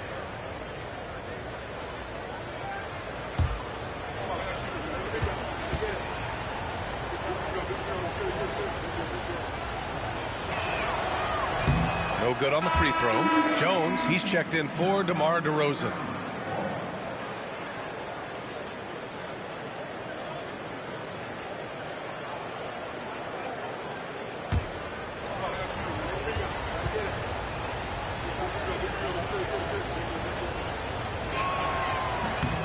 And he's good on the second. Well, you look at the so-called super teams that have been assembled in recent years. A lot of cautionary tales. Yeah, I mean, teams giving up their draft picks for the better part of a decade to bring in a star. It can get ugly really fast if things don't work out. Shot by Levine, no good. Right now trying to get into a rhythm, but so far this quarter, boy, he is struggling to make anything go down. Drills it from deep. They've been very effective so far. A balanced attack at its best. On the offensive end, it feels like they're getting the shots they want, and defensively, they are connected and on a string. Now here's Monk. His last outing, he had 20. Outside Jones. Back to Monk to end the run. Utah grabs the miss. Kessler's got his 5th rebound in this one. Here's Collier. He takes it in, and it falls. 2 for 3 from the field so far. And this defense needs to turn the screws and ramp up the intensity. They're looking a little loose out there right now. Outside Levine. No good from outside. Boy, at some point you've got to realize there might be a better option standing next to you. This guy has not made one basket in this period. And from the sideline, let's catch up with Allie. Brian, Lauri Markkanen's shooting stroke at 7 feet tall had former Mavericks coach Rick Carlisle comparing him to dirt. Lauri said it feels good to hear that because he's obviously a Hall of Famer, but there's still a long way to go, and it gives me more motivation to keep getting better. He's not getting a big head, Brian. No, he's not, and that's the way you have to approach it to be great. Thanks, Allie. Here's Ellis. Three-pointer. Connects from downtown. Ellis has got 6. Defensively, you can't afford to get stuck on the pick. You know exactly what that takes. It takes energy, it takes activity, it takes intensity. Pass to Kessler from outside the arc. Monk grabs the miss. The way they've gotten after rebounds has been impressive. Here's Ellis. 6 points for him. Monk with it.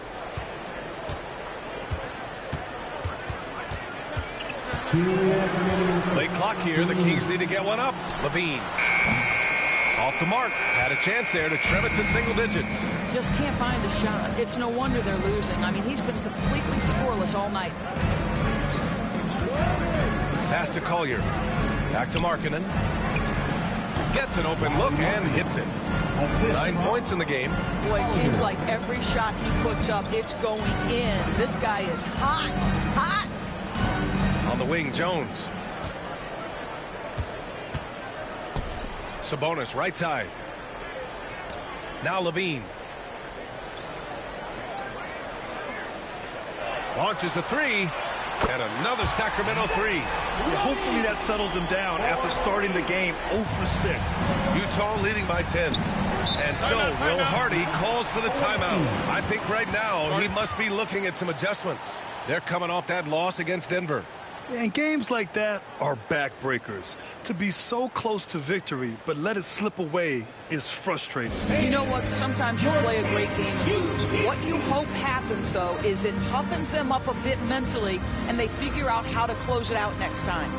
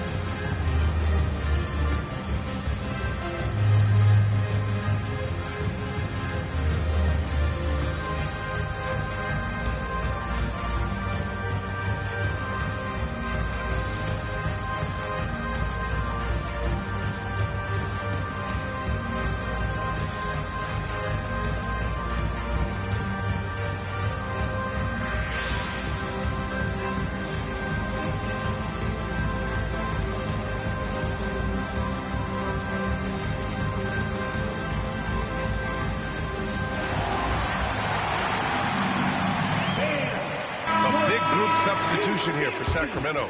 Eubanks, he's checked in for Domantas Sabonis. DeMar DeRozan comes in for Jones. Carter, he's checked in for Zach LaVine. And it's Schroeder in for Ellis.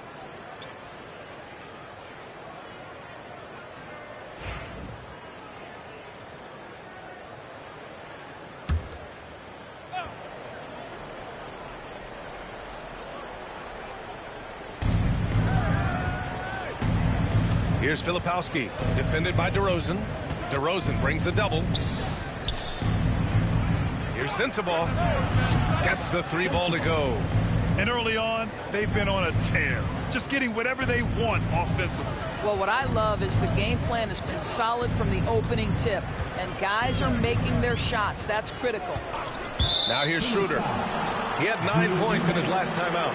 You can get away with one once in a while, but it looked like he wasn't completely set on that pick. I don't think there's any question. There are so many rules that favor the offense these days. You've got to be able to equal things out when an illegal screen is set. Utah making a switch here. Nurkic is checked in. Here's Bailey. He's been a big scorer for this offense, averaging around 20 points a game. 35 seconds left in the first quarter here. 5 to shoot. Pass to Sensabaugh. Shoots over Schroeder. Shot's good by Sensabaugh. Sensabaugh's gotten his second bucket on the night. Their ball movement on this run has been tremendous. It's led to a lot of good, clean, open looks. DeRozan deciding where to go with it. Eubanks the screen. For 3. That shot off. And so it's Utah up 15 points as this quarter concludes. They've had incredible success defensively, taking away good looks and pressuring shooters. And more NBA action on 2K Sports coming your way right after this.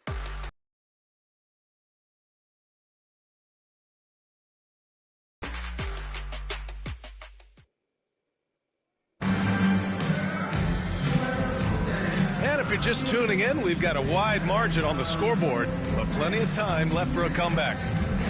All right, guys, what do you think so far about the offensive approach for the Jazz? They've done a great job facilitating shooters. Their early game has seen a lot of hot passes and has kept the defense guessing as well. Yeah, and their assertiveness in the paint so far tonight has been impactful. They're really making it hard for the interior defense. And so it's Carter who brings up the ball for Sacramento. 15-point game. So the Utah 5 right now. They've got Jusuf Nurkic, and it's Filipowski in at the 4. And every team is looking for length on their roster. Yeah, the reason, BA, is because of the quality and skill of shooting. Guys are coming across half court, and they can shoot the basketball at 35 feet. The reason you need length is there's more area to cover. Increasingly, Brian, it's getting harder and harder to play as an undersized guard in this league.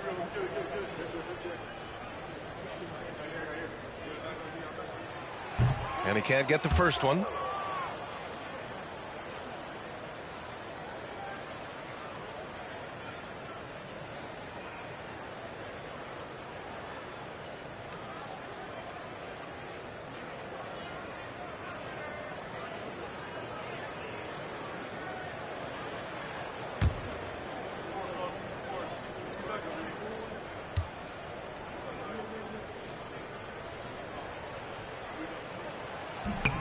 He hits the second from the line. Utah leading by 14. Here's Bailey. Up and over Carter. The rebound by Carter. Boy, a clean, close look. What a missed opportunity. Pass to Eubanks.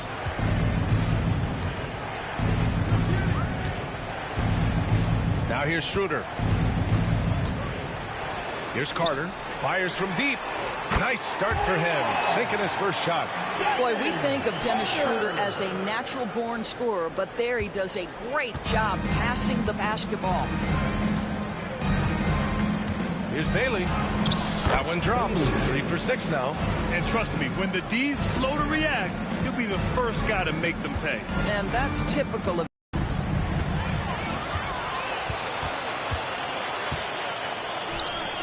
Carter from outside. That one falls. Coming off Schroeder's feed. Carter's got 6 in the quarter. They are. Here's Filipowski. Here's Hendricks. He's coming off a 10-point game against Denver. Clock at 4. Bailey's shot is off. Kings trail by 8. side, Carter. And here's Schroeder.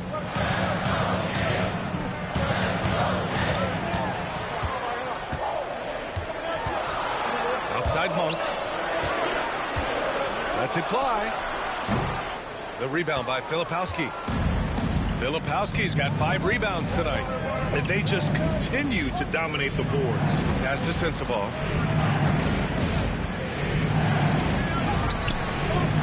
DeMar DeRozan grabs a miss. Well, this is the kind of shot we've come to expect him to make. He's got to be upset with that one. And here's Schroeder. Yet to see a basket. And it's DeRozan missing.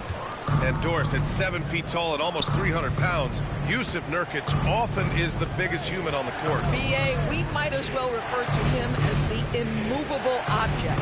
This guy has slimmed down. He's in incredible shape.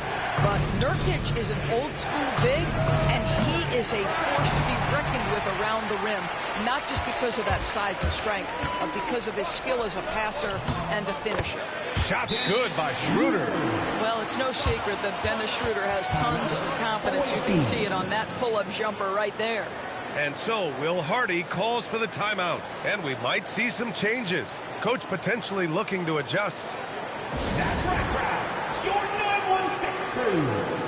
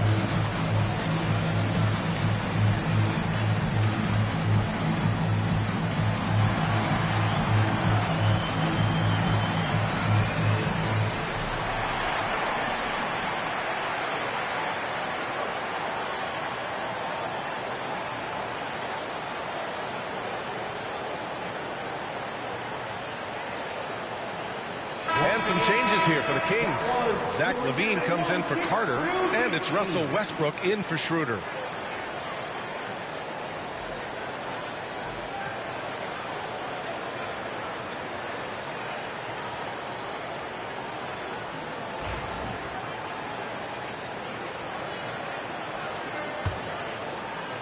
And in the second quarter, a little under 3.5 minutes played already.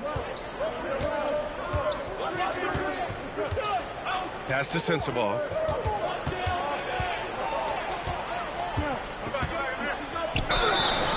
Here's what Utah has lined up on their schedule.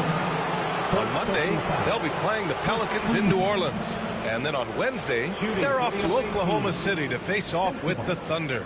The upside of road trips, like the one they have scheduled, is you really get a chance to come together as a team. It's a great way to get closer with your squad and build trust among your teammates.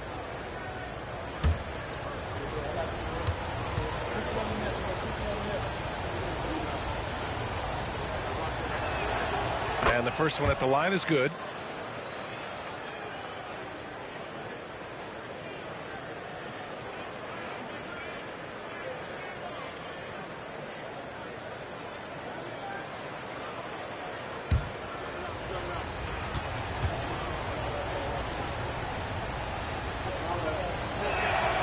He's perfect from the line this time. Well, this guy has multiple ways to get to the free throw line, and boy, has his stroke been on the money. Pass to Eubanks. Now here's LaVine. Let's go with a three. Oh, the long-range prowess of LaVine. When you let a team knock down that many threes, you know you're likely to be on the wrong side of a run. Here's Filipowski. Here's Sensabaugh. And so he draws the foul, headed to the line to shoot a pair. Malik Monk picks one up. Utah shooting their 7th and 8th free throw attempts of the game.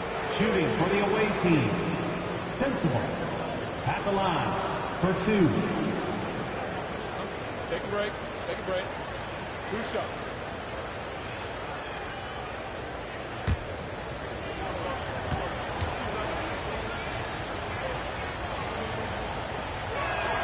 And he makes a first. 0 wasted trips. They're doing their job at the line.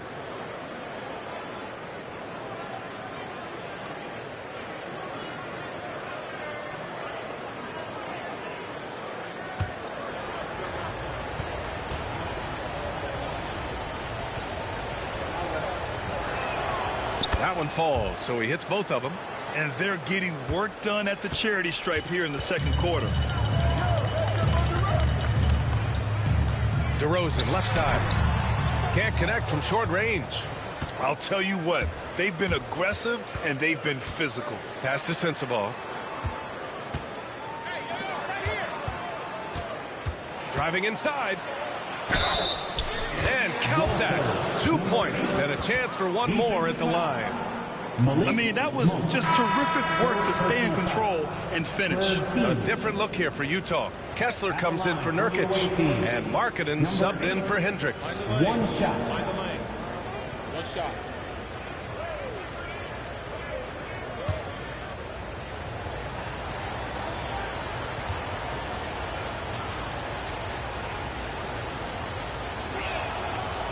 They're not leaving any points at the free throw line this quarter.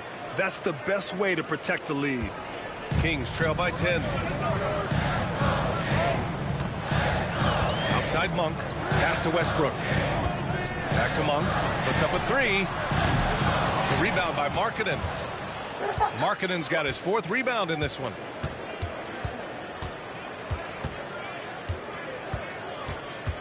Here's Sensible. This one for 3.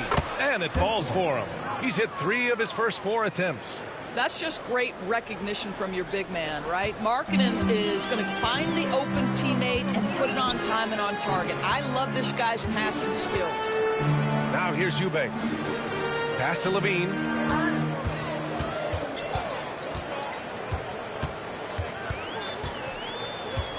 Down to 5 on the shot clock. Will it go? Utah grabs the miss. Markkanen's got rebound number 5 here tonight. Here's Filipowski. Here's Sensible.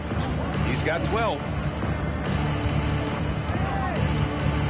Shoots over Monk. And he can't make that one in. Kings trail by 13. On the wing, DeRozan. Utah grabs the miss. Filipowski's got his 7th rebound of the game with that last one. To the inside. Deflects the pass. Markkanen outside. Here's Sensible. Monk covers. 2 points. That one goes. Sensible's got 14 points. And his fantastic performance from the last game has carried over to tonight. No, I think that's the one thing every player is searching for. Consistency. They're giving this guy a chance to carry the offense once again. Now a timeout by Sacramento.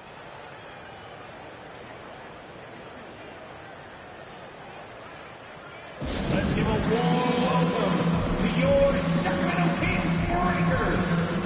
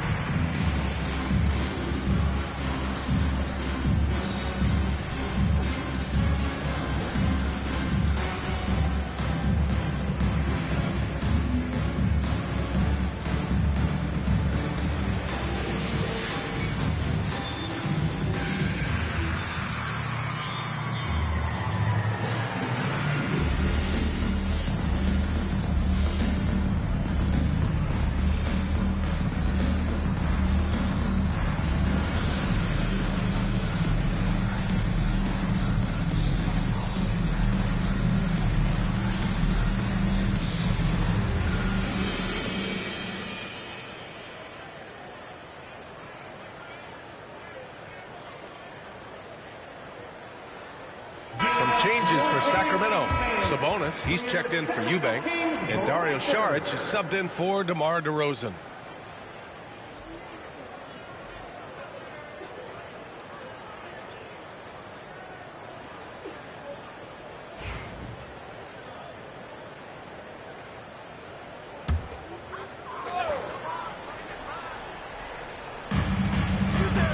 Monk finds Saric.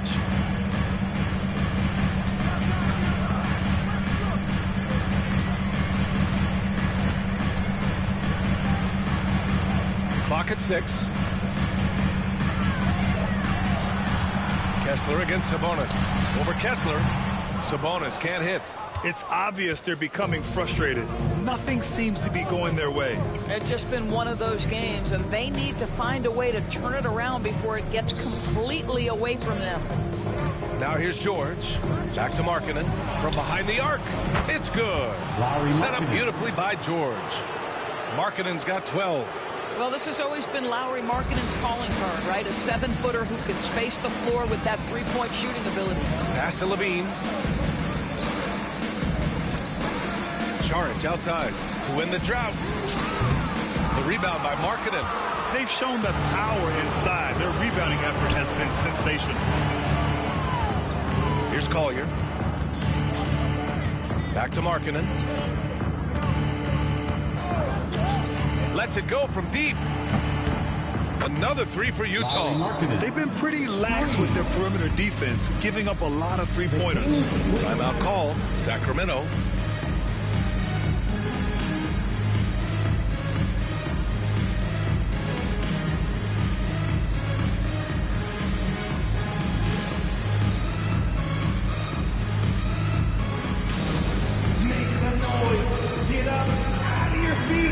For your Sacramento Kings great team.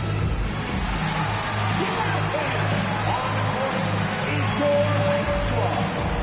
All right, are you ready, everybody?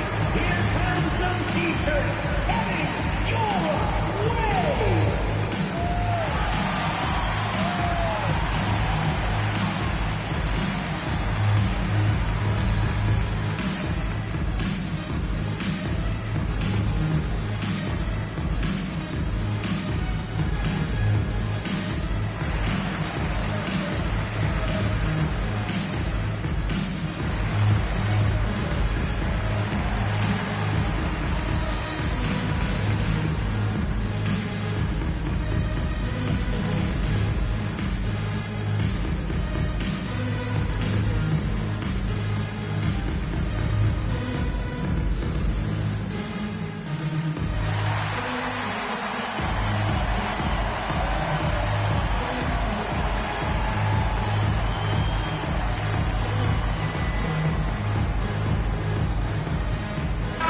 Making a switch here. Bailey's checked in. We are now into November, so let's check in on the standings in the Western Conference.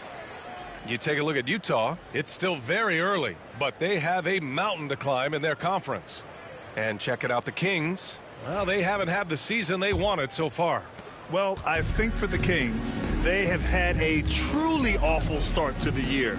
They need to course correct now before the whole season just slips away. And there was such high hopes for them in the preseason. It's hard to believe how quickly these losses are piling up. And once again, off the mark by Sacramento. And his struggles have been apparent. Unable to make an impact scoring the ball. It's George with the drive. Pass to Collier. Here's Bailey. He's covered by Levine. Kessler, a screen on Westbrook. And he's going for the oop here. And finished off by Kessler. Exactly where Kessler gets so much of his offensive performance done, right at the cup. Monk against George. And it's Monk missing. With him scoreless in the latter part of this one, it's awfully hard to come back. To the middle. Here's Kessler, and finished off by Kessler. Wow, Kessler punishing the rim on that finish. Oh, doing damage above the rim. That was our AT&T 5G Slam Cam.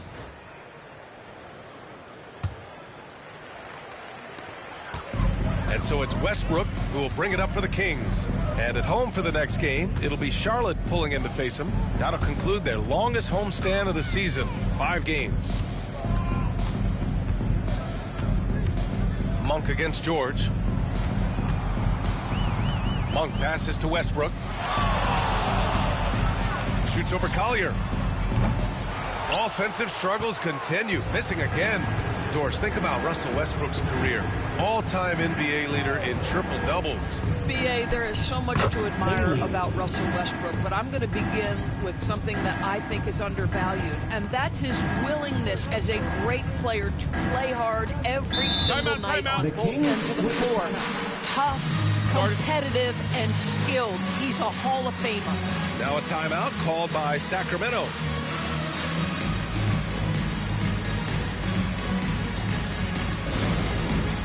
It's time for the dance camp. If you see yourself up on that big screen, then you know what to do. Show us those dance moves. Come on.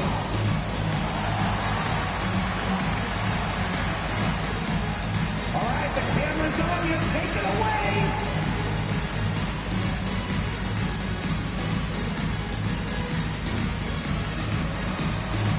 No.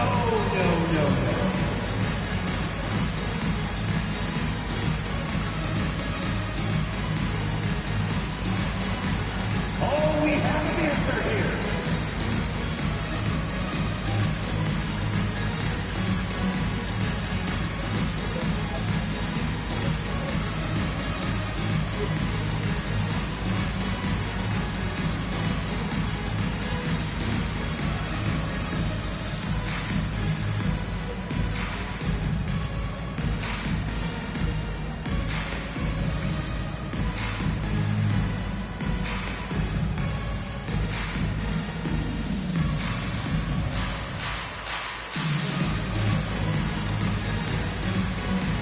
DeRozan's checked in for the Kings.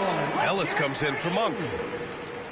And as the season rolls on, let's look at the leaderboard. The best bigs from beyond the arc.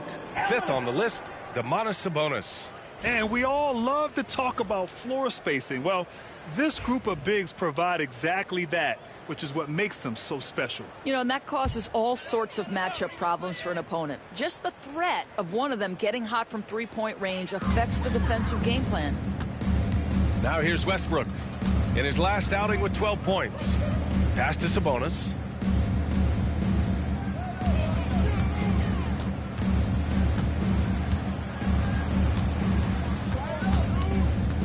Looking to end the run. And the layup is up and in. A dwindling shot clock means you need to have some poise. Sabonis doesn't get rattled. Nicely done.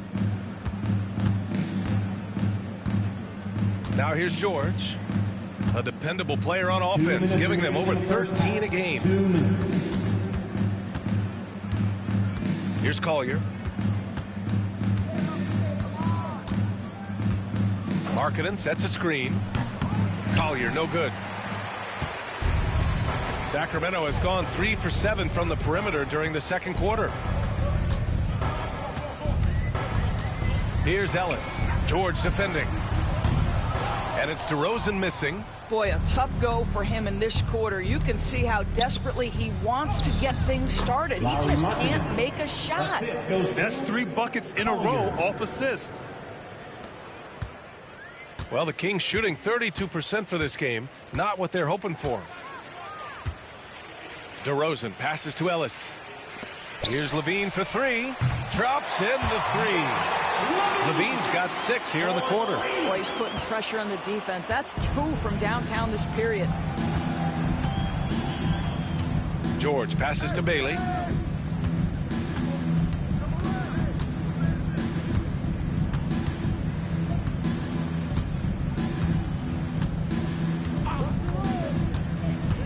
To the paint. Here's Kessler. And finished off by Kessler. You can tell how much confidence Walker Kessler has as the roll man, ready to catch and score. Westbrook, the pass to Sabonis.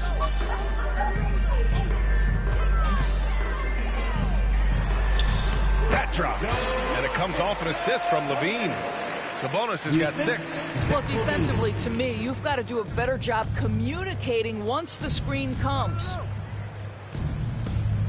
Pass to Markkanen. And here's Kessler. George outside.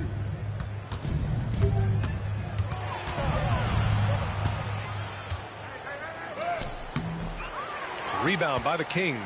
You know, last game they matched up with the Mavs. A tough loss there.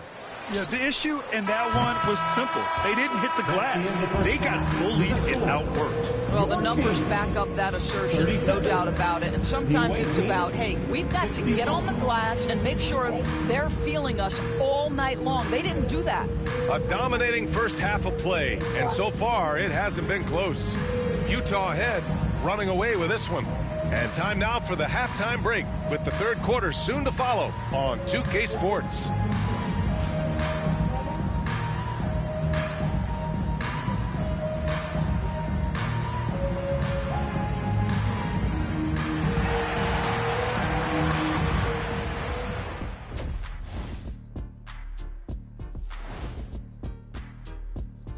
Thanks for stopping by, y'all. First up on the show tonight, a quick look ahead of some upcoming games on the docket. We've talked about it in the past, going on the road removes the distractions of home. And it can bring you guys closer together if it's the right group. Yeah, but you still have people you barely know asking you to comp tickets. I hate the road. Shifting focus back to that first half of play, no question, Lauri Markkanen was ballin'. And what he did to those defenders, you know they're in the locker room right now discussing ways to keep the ball out of his hands. That may be the only way to stop him, because even against doubles, he's been accurate. Thanks, as always, for watching. Let's head back to Brian Anderson and crew for the start of the second half.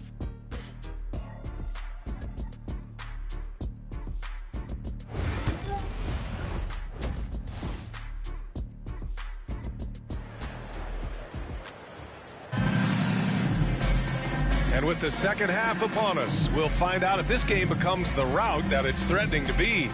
It's been quite a game for Lauri Markkanen.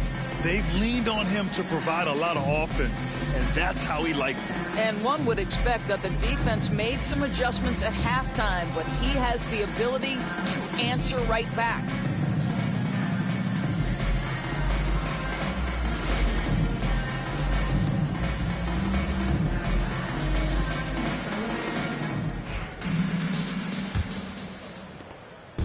And it's Levine with the ball for the Kings.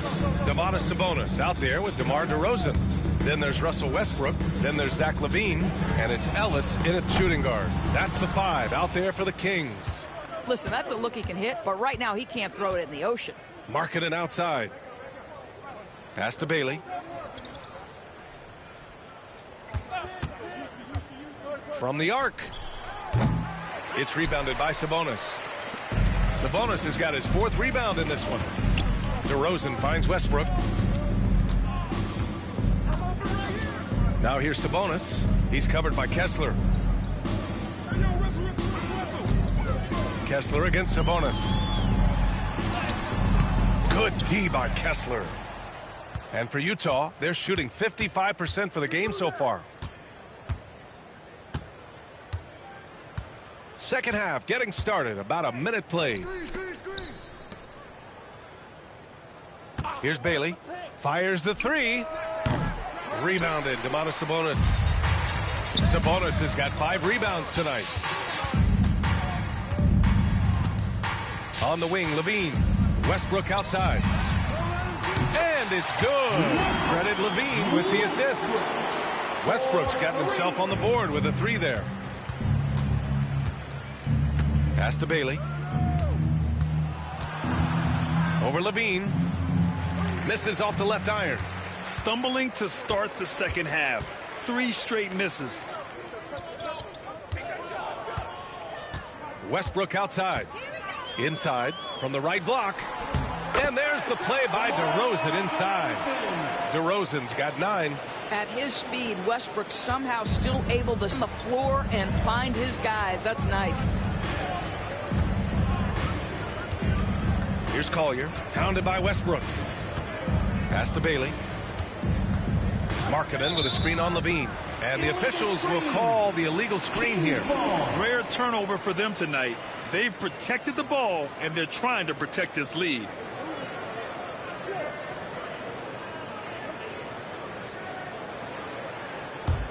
Kings trail by 19. Now Westbrook. Right now contributing around 10.5 points a game. Fires top of the key. And the sweet roll that time on the rim. That one falls. 11 points in the game. Get it off before the defense can respond. DeMar in the catch-and-shoot game. A touch over 2.5 minutes of basketball played here in the third quarter. And that one's good. Markkanen. Their first basket in 4 tries. Let's see if that basket gets them going. It can be contagious now. Outside Levine. Westbrook outside. Pass to Sabonis.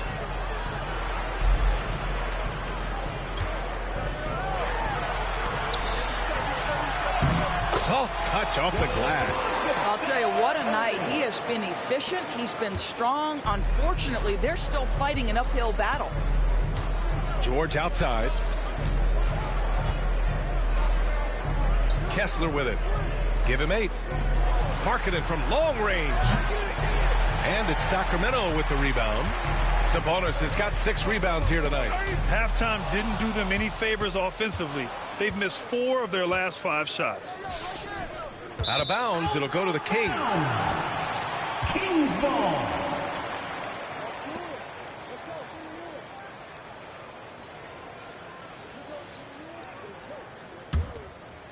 Second half here, and we're just over 3.5 minutes into it. And let's send it over to Allie LaForce. Well, the slam dunk is arguably pro basketball's signature play. And forward Nicholas Batum said growing up, you have so much joy in dunking. You're one of the few people in the world that can. But Father Time marches on, and like most vets, he's come to grips with the reality. He said, my body told me, no more, bro. Well, leave that to the youngsters now, right? All right, Allie, thanks. From downtown, Bailey's shot is off. Well, they have the advantage, but you still feel like this guy needs to find a way to get himself going. To the paint. Stolen by Kessler. It's a 3-on-3 fast break. And George with the jam. Yes, sir. George with the flush. Kings trail by 20. Pass to Levine. Sabonis with it. He's covered by Kessler. Sabonis right side. Take it away. And they're on the run. And here they go. Here's Kessler. And finished off by Kessler. Transition basketball, the most reliable way to generate easy looks. The very definition of quality transition offense. If it can end at the cup, it's exactly where you want it. Sabonis in the post. Kessler on him. Sabonis finds Westbrook. Picked by Sabonis. 5 on the clock. To the middle. And Sabonis slams it in. I'll tell you, Domantas Sabonis has got some big-time athleticism. That's a pretty dunk. Here's Collier. He has 6. George a screen on Westbrook. For 3, Collier. He buries it from 3. Collier's got 9. Pick works well there, but the defense left a lot to be desired. It takes incredible effort to stay connected to the hip of the offensive player. You've got to want to work. Here's Levine. And Levine throw it down. Well, multiple-time winner of the slam dunk contest, Levine has got a creative streak.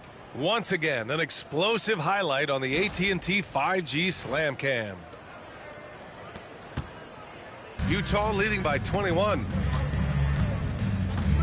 Pass to Collier. Kessler, a screen on Westbrook. Down low.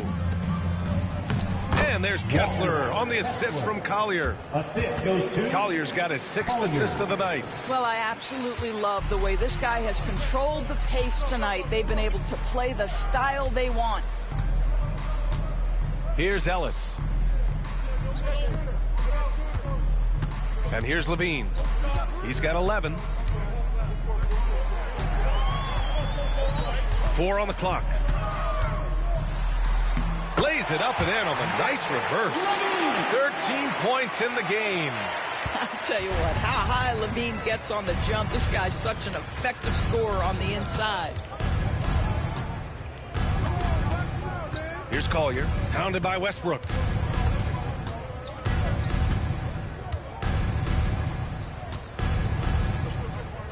Here's Collier.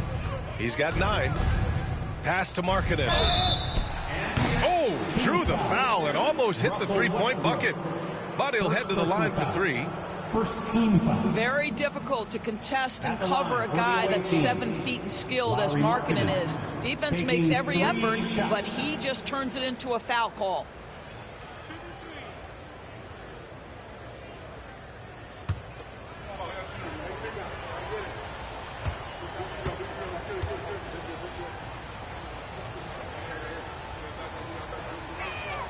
And he hits the first of 3. What I'm always impressed by, guys, is Markkanen's versatility. The guy can face up and make jump shots. He can be enough of a presence on the interior that you're very comfortable with him in this modern NBA game. Monk, he's checked in for Russell Westbrook. Sensabaugh is checked in for Utah. And he sinks the second. Obviously, we've seen Lauri Markkanen make a considerable leap. This guy goes from role player to all-star talent.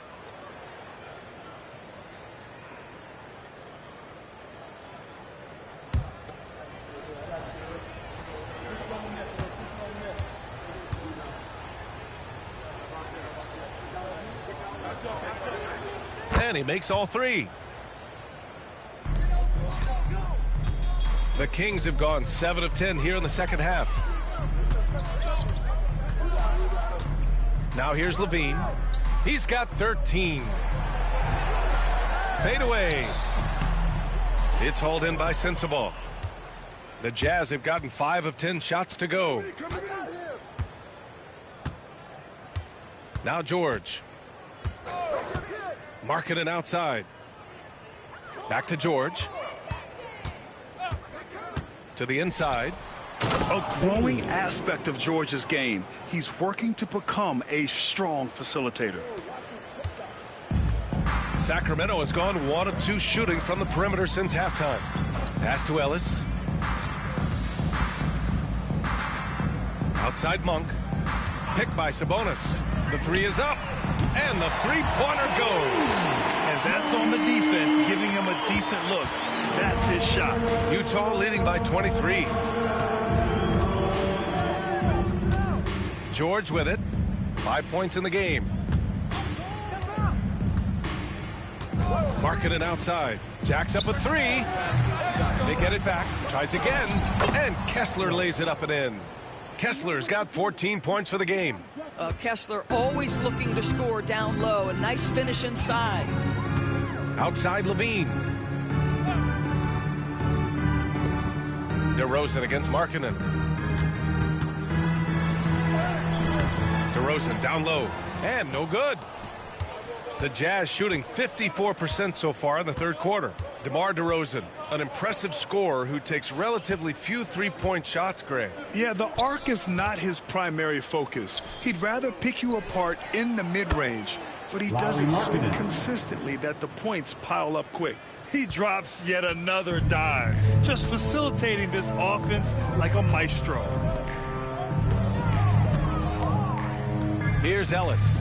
He's got 6. Pass to Levine. There's the 3.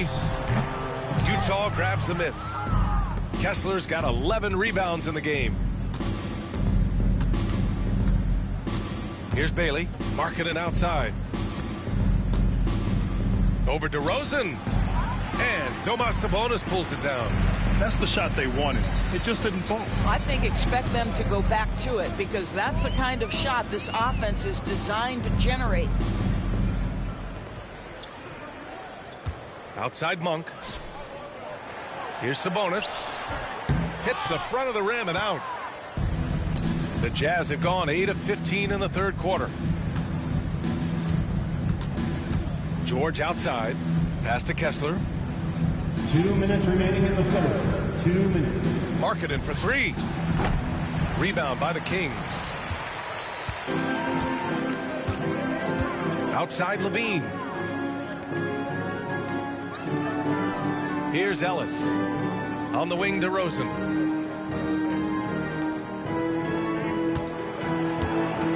Six on the shot clock to snap the cold streak. Ellis's shot is off. And so George will bring it up for Utah. When this game is done, they'll be off to New Orleans as they take on the Pelicans. That'll be their third game on the road with 7 games total on the schedule. 18 feet out. And Domas Sabonis pulls it down. Sabonis has got his 8th rebound here tonight. Here's DeRozan. Kessler with a rebound. Kessler's got 13 rebounds in the game. Glass eating. This guy just can't find his rhythm, and you look up at the scoreboard, they absolutely need his productivity. Fires the three. And Domas Sabonis pulls it down. Sabonis has got 9 rebounds in the game. Boy, he's getting it done. There's 45 seconds left in the third quarter here. DeRozan passes to Sabonis. Here's Ellis. He's got 6. Got it. Ellis has got 8 points. It's interesting. They definitely had more three-point attempts in the first half. Not sure why they went away from it. And here's George. Markkanen outside. Yes, and it's George picking up the assist. George has got his 4th assist in this one. Well, they're leading in large part because of the work he's put in this quarter. This is nicely done. Here's DeRozan. That one goes in. He's got 13. When you use it right, the pump fake's as effective a move as there is. The shot comes out, and so it's Lauri Markkanen making things happen for Utah. And he's already notched a double-double. He'll look to continue this strong play in the next quarter. More 2K action in just a moment.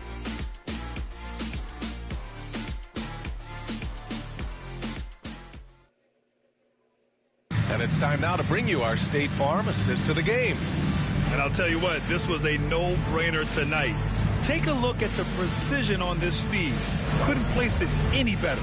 And when you're the beneficiary of a pass that good, you better deliver, and he did just that.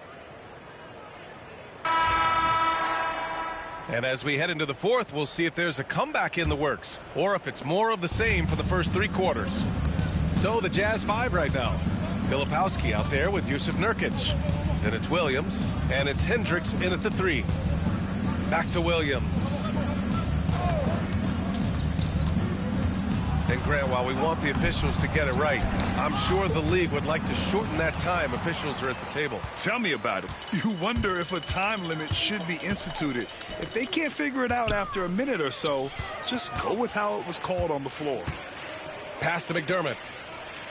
Here's Monk.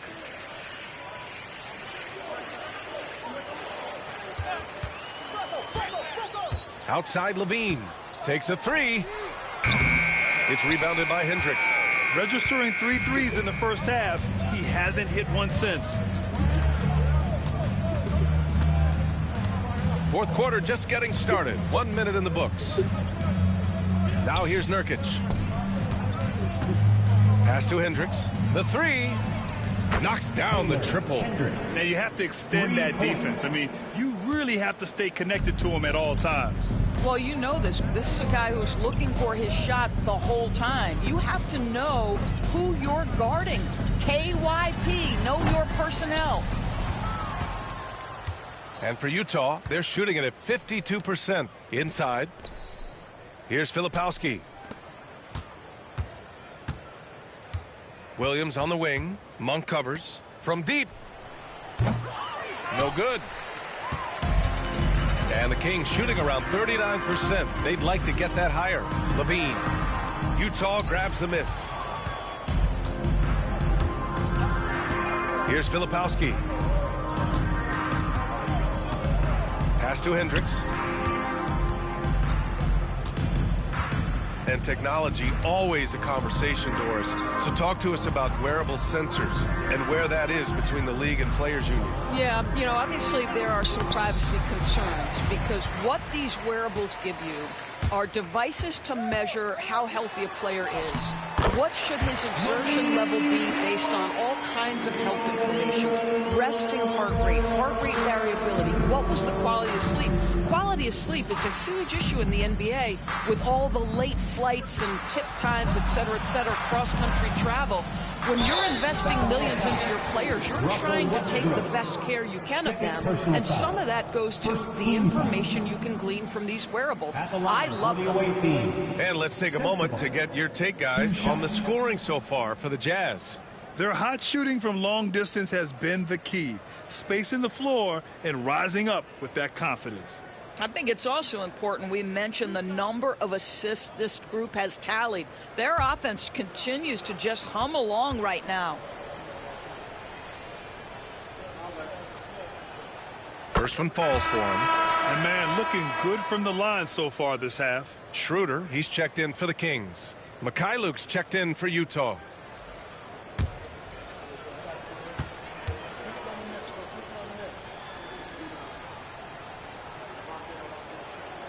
So he gets them both. If you're just joining us, fourth quarter here. We're just over 2.5 minutes into it. Outside Schroeder. Pass to Levine. Driving to the basket. Utah grabs the miss. Filipowski's got rebound number 11. The three ball. They get it back. Here's Nurkic. Lays it up and banks it in. One thing you can always count on with Jusuf Nurkic, this guy's going to carve out space around the glass. They're searching for a way to score. Yeah, buckets have been very tough to come by. Here's Schroeder. That's good. And so Westbrook with the assist. Westbrook's got 3 assists tonight. This is what we call highly efficient play. Working off the screen, getting to the cup. Pass to Sensabaugh. Ooh, coming through again. Shooting 5 for 7 now. And just not letting up at all. I mean, you have to love this approach. You want to get the ball to the guys who make plays. One thing we've learned in the NBA, the game is never over. So you've got to continue to score, continue to build your lead. It's tipped. And he gets it back. Eubanks. Utah grabs the miss. Filipowski's got a rebound number 12 here already in the game. It's Mikhailuk on the wing, pounded by Westbrook. Pass to Sensabaugh. Driving in. That one's good for 2. Sensabaugh's got 20 points. Absolutely ruthless. He's not about to start showing mercy now. Well, when it's closing time, he's trying to lock the door. He's been going all night. To the paint. Eubanks gets the bucket. Well, just staying alert. Great setup that time by Levine. And it's Utah with the ball. So far in the fourth, they've allowed just 6 points. Down low. Here's Sensabaugh, covered by Schroeder. Pass to Filipowski. Clock at 6. Here's Hendricks. Beyond the arc. The shot by Mikhailuk, no good. Now here's Westbrook. Right side Schroeder. Yep, count it. Schroeder's got 4 points in the quarter. For a guy who's a little bit smaller at the guard position, Schroeder is fearless. I think he likes contact. Here's Sensabaugh, covered by Schroeder. Nurkic shot is good. Oh, nice feed. On time and on target. And Schroeder has got the ball here for the Kings. Pass to Levine. Fires for 3. Gets the 3 to fall. Knocks that one down. 4 triples for the night. 3 in the first half. Here's Mikhailuk, pounded by Westbrook. Here's Hendricks. Here's Mikhailuk.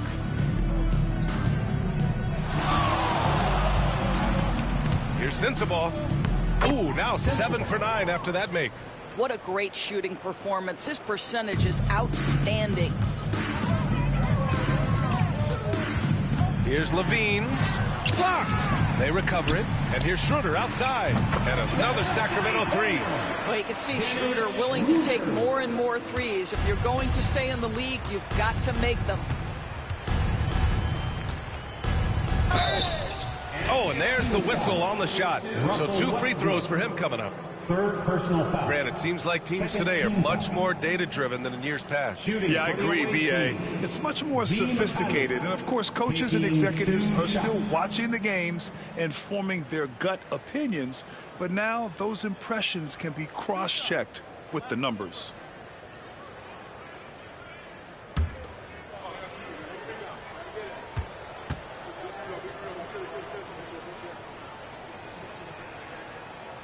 That free throw, no good.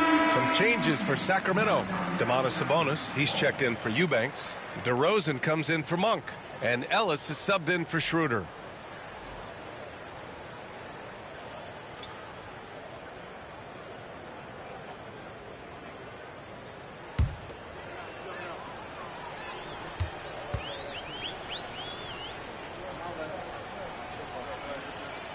And the second free throw is good. Sacramento has gone 2 of 3 from beyond the arc here in the fourth. DeRozan outside. Back to Westbrook. To the middle. Pass to Ellis. Lets a 3 fly. Rebounded by Mikhailuk. For Utah, they've gone 6 for 11 here in the fourth quarter. Ooh, took him no time at all to get that one. Well, the defense deserves to get burned. Absolutely no excuse for leaving him open. The Kings shooting 41% in this game. DeRozan outside. And we're starting to see some big contracts for NBA head coaches for us. Well, B.A., whether we are talking about player contracts or coaches' contracts, the cost of business is the cost of business. And coaches, to me, earn every penny. Because what happens when teams underperform? The first fall guy is typically that head coach. I have 0 problems with the salaries. Sensabaugh is checked in for Mikhailuk. 3 on the clock. From the high post. Westbrook, that's good. Well, because there's such good elevation and a confidence and comfortability in the mid-range, Russell Westbrook always takes advantage in that area. Pass to Sensabaugh.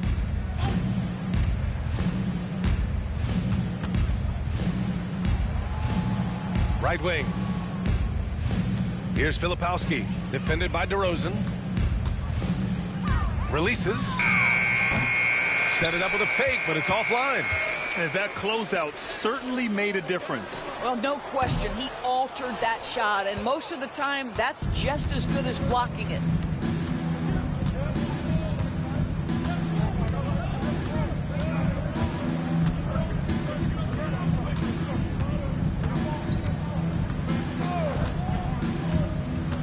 The 3. Rebound by the Kings. Things just don't seem to be clicking for them offensively. Yeah, they really need to find a way to get back on track. Picked by Sabonis. Here's Levine for 3. Rebounded by Nurkic. And the defense got away with one there. I mean, that's a shot he typically makes. Here's Hendricks. He's covered by Levine. Hendricks, no good. Sacramento has got 2 of 5 threes to go here in the fourth. Westbrook taking his time here. Pass to Sabonis.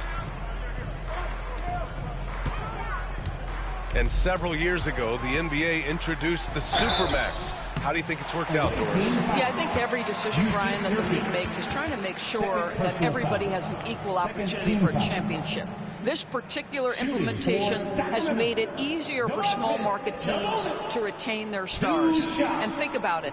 Even if someone signs it and then gets traded, at least those teams get an opportunity to get big draft capital. That's huge.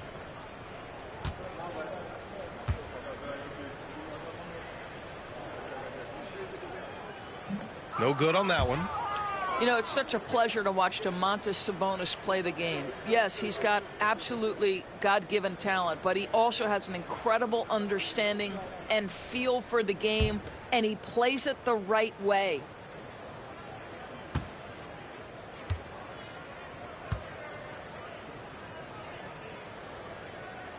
Good on the second one.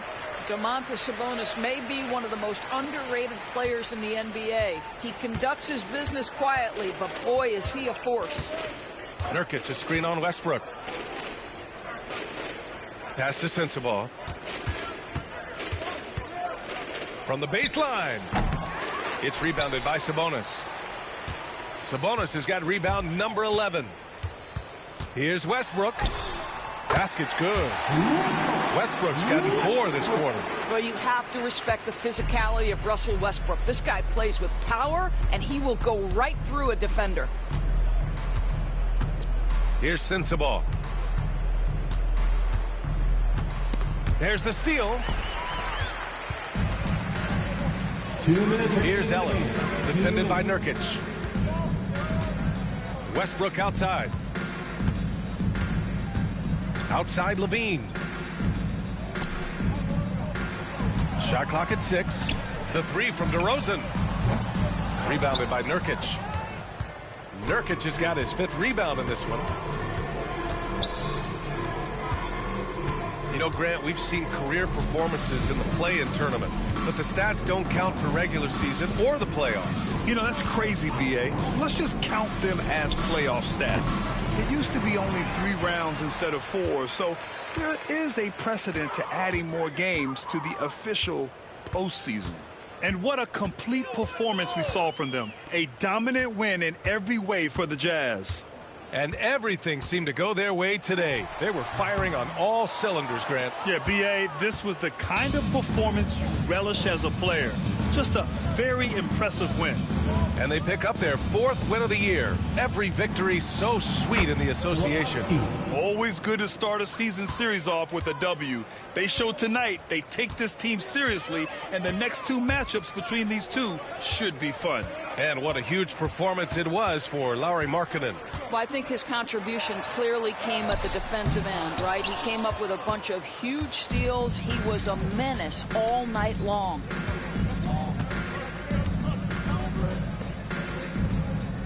Inside. And he throws it down. What a terrific lead pass. Stepping up and nailing an important. Great energy and great effort. And as a coach, you'd love to see this from your team every single night. And we've watched it for years, the floor stretching ability of Levine. This is why you want ball movement and player movement. And that's made it hard for the defense to key in on any one individual.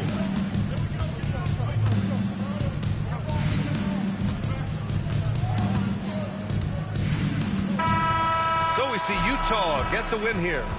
A statement road victory. So impressive. Statement indeed, B.A. It was in enemy territory. They controlled the game and took the crowd completely out of it. That's how you win on the road. And now let's check in with Allie LaForce with the player of the game. Allie. Lori, some efficient shooting for you tonight. How comfortable were you with the looks you were getting? I was good. Teammates kept finding me. I think I had good looks, and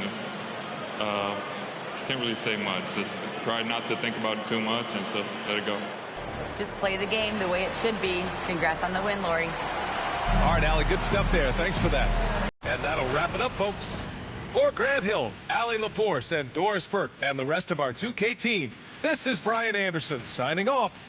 And now, time for our player of the game, Lauri Markkanen.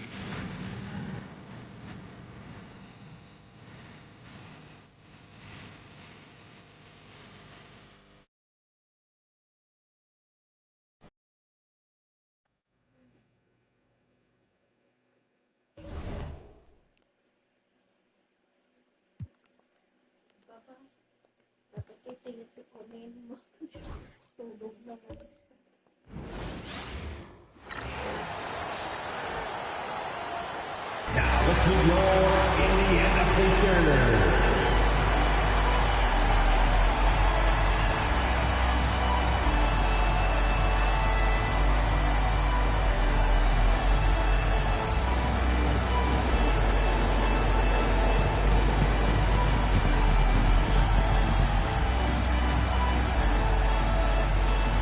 man in the middle, 7'1", number 32, Jay Huff.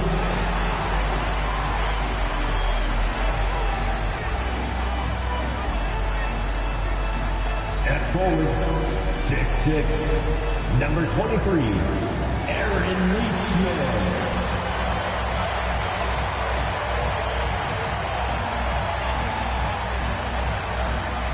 At guard, 6'5", number 00, Benedict Mathurin.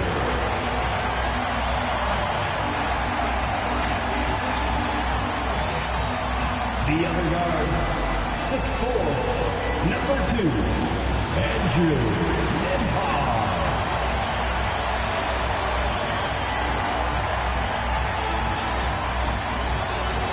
At the other forward, 6'9", number 43, Pascal Siakam.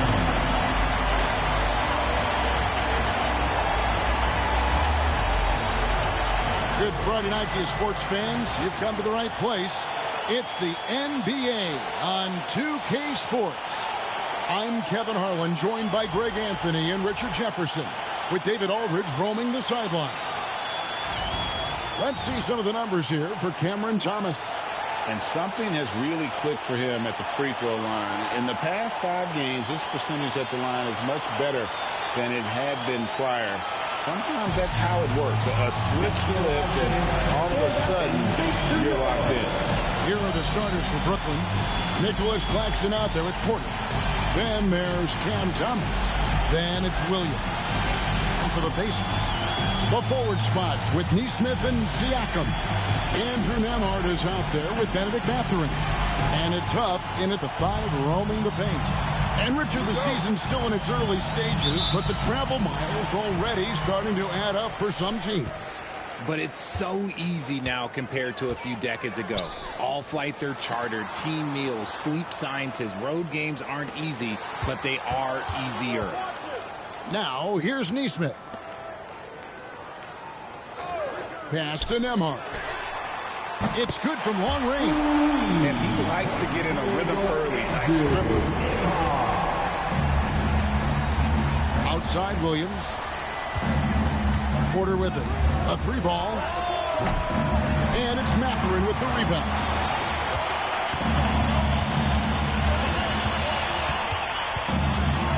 Here's Nembhard. To the wing right side.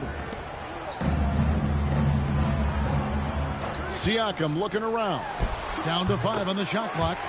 It's good. And the lack of effort to fight over the screen there makes that an easy shot. Yeah, as soon as these guys feel contact, they are just disappearing like they're not even there. You got to show some fire and keep defending. Here's Claxton. Following the basket by Pascal Siakam. Trying his luck from deep. Not going to go that time. The Pacers off to a quick start here, coming off that loss against Philadelphia. That was a shocker. Hard to believe that they dropped the ball, so to speak. Definitely one that they want back, but you can't dwell on mistakes in the NBA. They need to forget about it, and it's on to the next one. Following the miss by Michael Porter. Inside. Shoot from the right block. And that one goes long. Brooklyn's gone 0 of 2 from deep here. The 17-footer. Yep, it counts. Just so smooth pulling up there off the dribble. Porter terrific at being unpredictable and knowing when to take that shot. Here's Nembhard. His last outing we saw him pour in 22. Pass to Nesmith. Indiana moving it around. And he comes up with the deuce. Siakam's got his second basket of the game. And once he got to the 10, I think he was surprised to find himself that wide open. Easy possessions like that literally are just a gift. You just dream of them. He'll gladly take those. Here's Porter.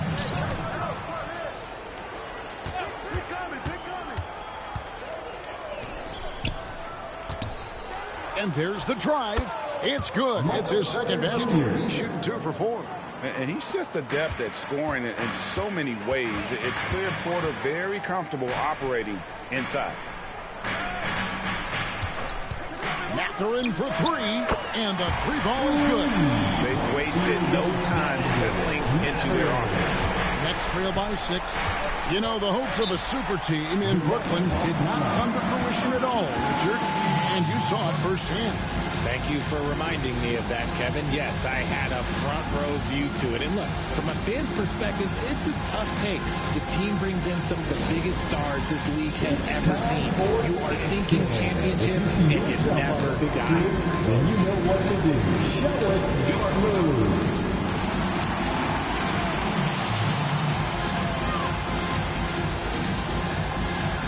Let's see those moves.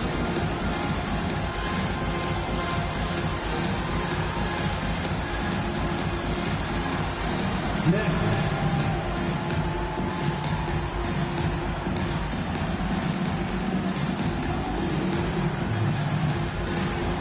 Get down.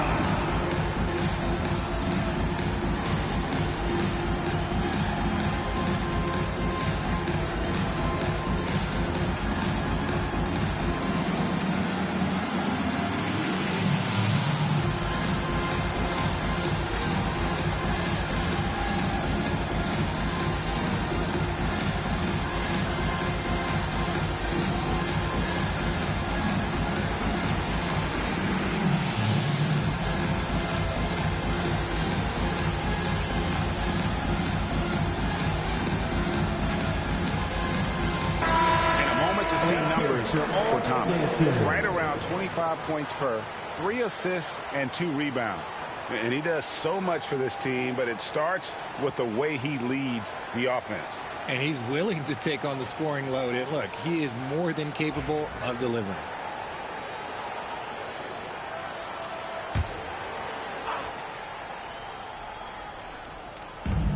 Pacers on defense.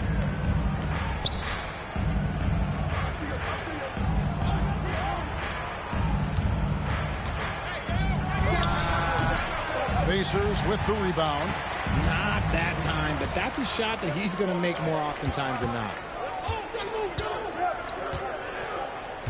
It's Nembhard on the wing. Right now he's averaging 11 points a game. Mathurin for three. Rebound by Williams. And here's Williams now. He'll bring it up for the Brooklyn Nets. They trail by 6. Outside Porter. Hits it from three-point range. Porter's got 7 points in the game. And he's having quite the quarter, converting at a really high percentage. Outside Mathurin. And the shot is good. He has 5. And using that body to his advantage, Mathurin will learn to control his strength as he grows in the league. Now here's Thomas. Scoreless thus far. Now here's Nesmith. Not a lot of room. Took him no time at all on that one. 6 points for Siakam. And Siakam always has options in the mid-range. He's a talented shooter who can make that shot. Porter looking it over. The 3 from Thomas. Good, and a nice assist from Porter. Really well done there. Just confident in a hurry. Siakam against Porter. And he'll shoot free throws here. Clearly fouled on that shot that time. The whistle blowing. Greg, in January 2024, Pascal Siakam was traded out of Toronto. And he came into the league an older player from a mid-major school. The Raptors did a lot to help Siakam, turning him into an all-NBA caliber player. Take a break. 2 shots.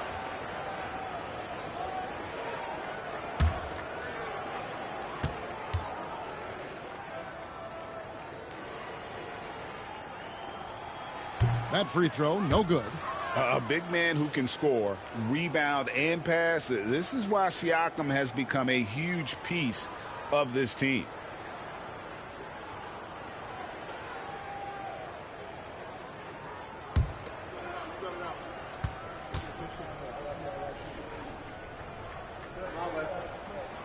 He hits the second from the line.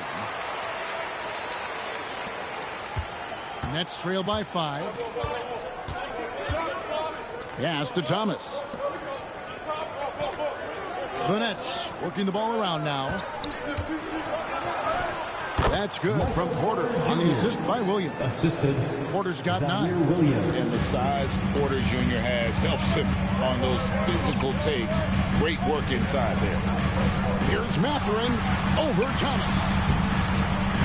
And it's Mathurin missing. Brooklyn's gone 2 of 4 from beyond the arc to start the game. Puts it up from 12. Pascal Siakam grabs the miss. Looking at the last game for the Brooklyn Nets, it was a loss to Detroit. And that'll be 2 free throws coming up. Officials on the call with the foul. First personal foul. The insane athleticism of Siakam excels at probing inside and making the D get aggressive. He's made 1 and missed 1 so far in the game. 2 shots.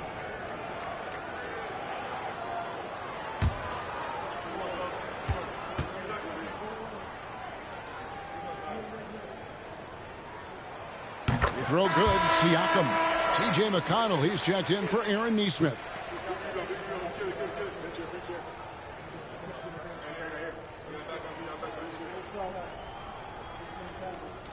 We got this. We got this.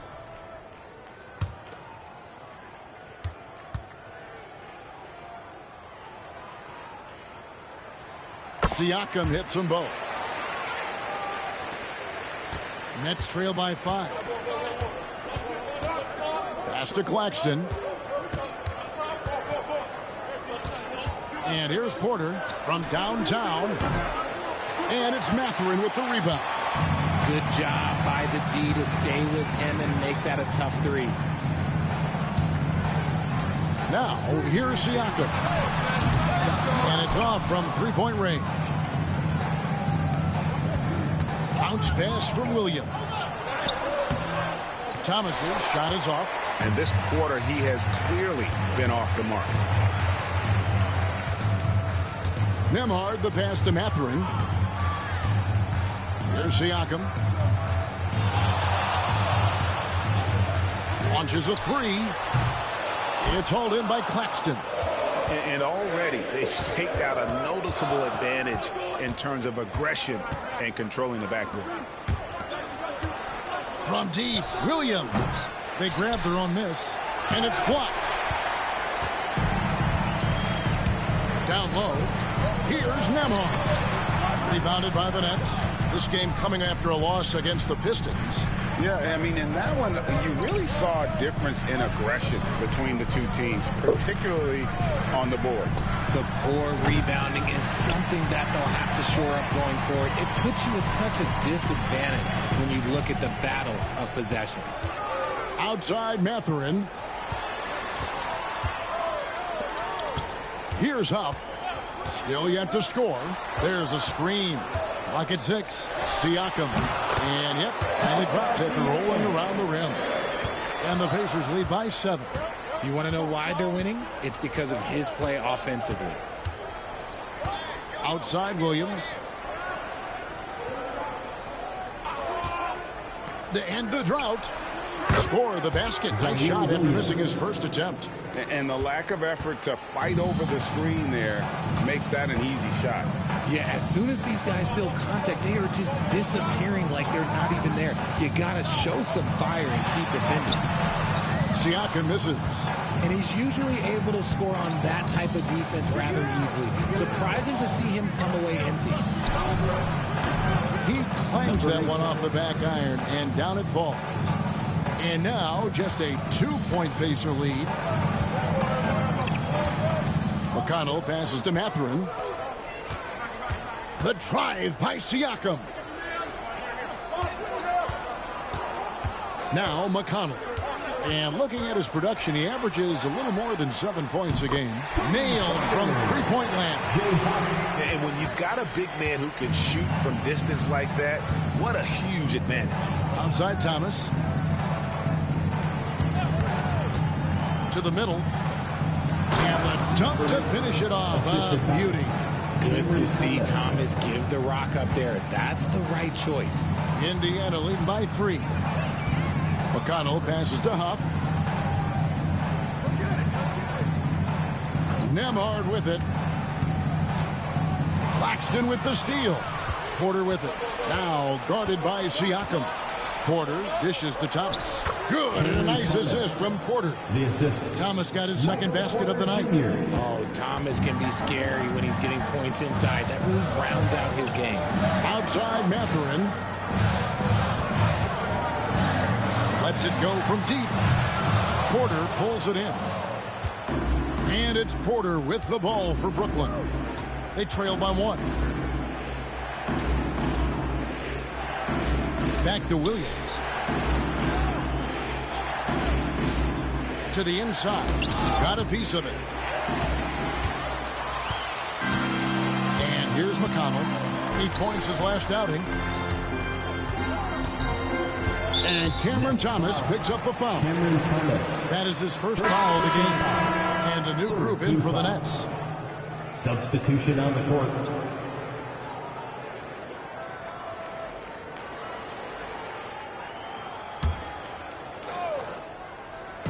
On defense, the Nets. Pass to McConnell. Indiana moving it around. It's Nembhard on the wing. Just 5 to shoot. Over Thomas. Nembhard's shot is good. Nembhard's got 5 points so far. Nets trail by 3. 1:41 left to play in the first. And here's Wilson. Here's Bufkin. From 17 feet out. Walker with the rebound. You can't look at the result of that shot. They'll take that whenever they get it. Yeah, it's a great look for him. Hey, Kevin, the Brooklyn Nets wasted no time hiring their next coach, Jordi Fernandez, shortly after the conclusion of last season. Despite his youth, Fernandez has been on the rise after stops as an assistant with the Kings, Nuggets, and Cavs, as well as coaching the Canadian national team. Kevin? You know, D.A., we've been talking about Jordi Fernandez for a long time. Now his big break, and I'm very happy. I know we all are for Coach Fernandez. Hey, David, thank you. Now here's Wilson. Pass to Porter. Back to Wilson. Here's Bufkin. Just 4 to shoot. Outside for Martin. Here's the 3. They get the rebound. Porter outside. That missed basket now makes him 4 of 8 from the field. Now here's Topic. Pass to Walker. And Walker throws it down hard. When Jarris Walker stuffs it, we feel those bucks over here. Awesome rewind courtesy of the AT&T 5G Slam Cam. There's 39 seconds left in the first quarter. Here's Bufkin. He's covered by McConnell. T.J. McConnell. First personal foul. First team foul. The Nets shooting their first shot from the stripe in this game. 2 shots.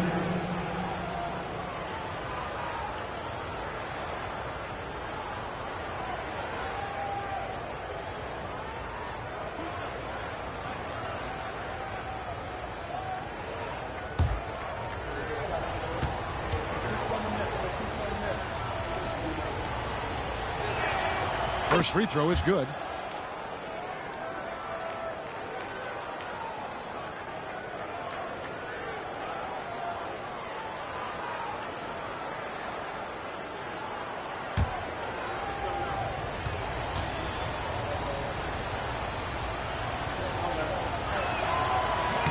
That one falls, so he hits both of them. And so here is Indiana. 3-point lead.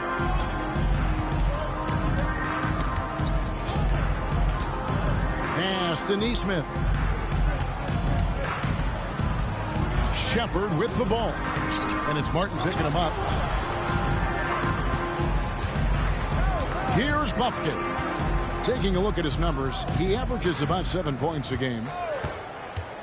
Fires from deep. Drills the three-pointer.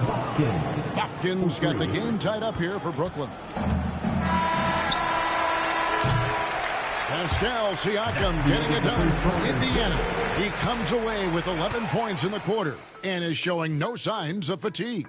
We'll get you back to the action after this break.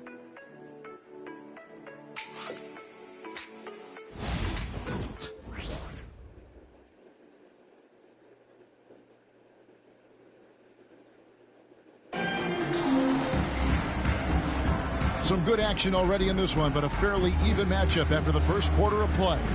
Let's quickly break down the game we've seen from the Pacers so far, guys. Well, this is the edge that great rim protection can give you. You can't overstate how much interior defense can shape the game. They have a distinct advantage there, and they have turned it into a lead. Obi Toppin out there with Aaron Nesmith.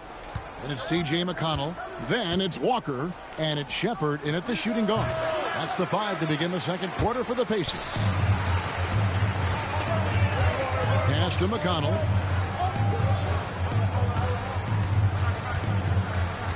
Now Shepard.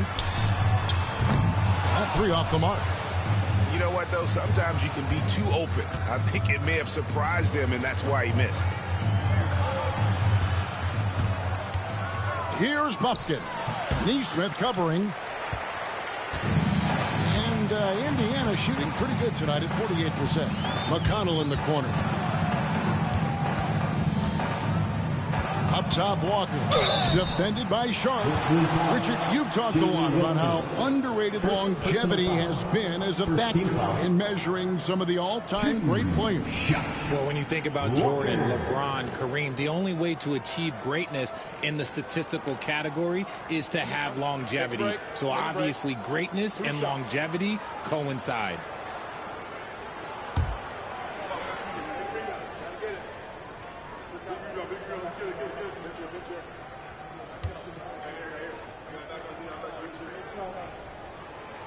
That one is off.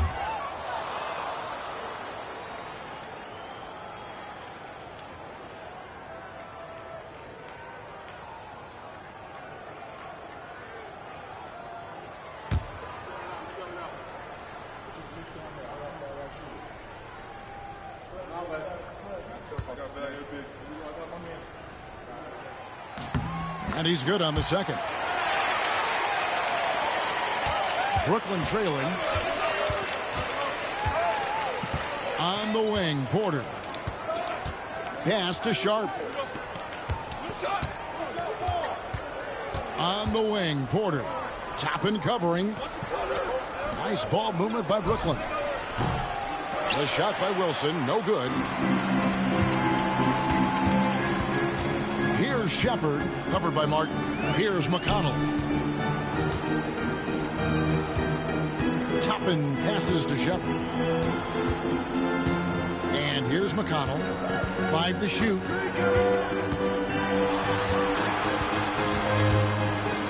And the shot clock expires. 24-second violation. Here we are in November, and let's see how things are going out east in the early season. You look at Brooklyn. In the early season, they find themselves down in 9th place.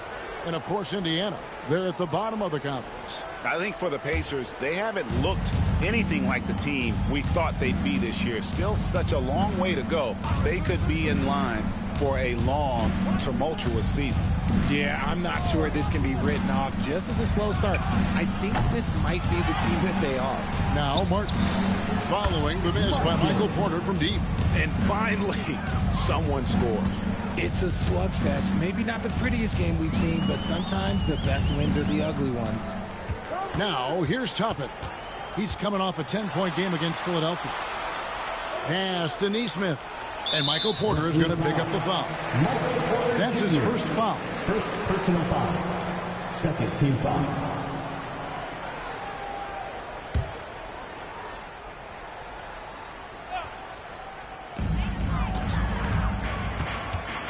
Now, here's McConnell. He has yet to score. And he's fouled pretty hard on that shot, but he's got the chance to pick up the points at the line. Third team foul. And let's get your take, guys, on the scoring breakdown for Brooklyn. Well, so far, their long-range shooting has been the story, doing damage from deep. Take a break. And another thing Coach will be thrilled with, the assist numbers, spreading the wealth and creating some offensive opportunities.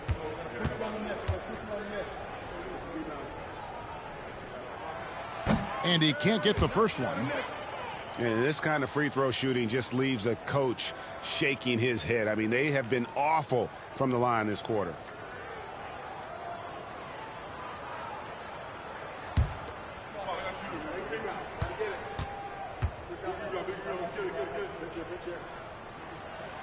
Good on the second free throw. It's the Nets now. Only giving up 2 points this quarter. And we got a timeout here called by Jordi Fernandez. He wants a minute here to get things straightened out with his team.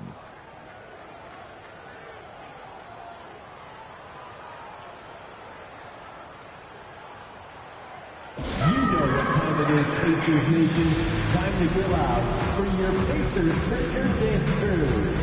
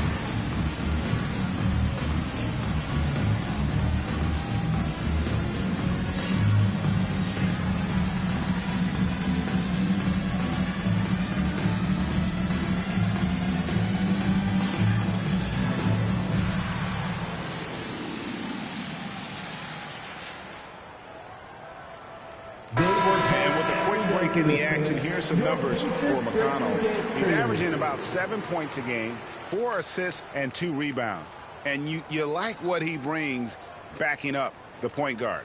They feel confident with him at the helm. He's effective at running the offense, and having someone like that off the bench is an absolute luxury. And here in the second quarter of action with a hair under 2.5 minutes played so far. Count the bucket, and he's got a free throw coming up as well. How about the strength from the big fella? Porter is used to having to power through contact. And this is his first trip to the line tonight. Michael Porter Jr. shooting 1.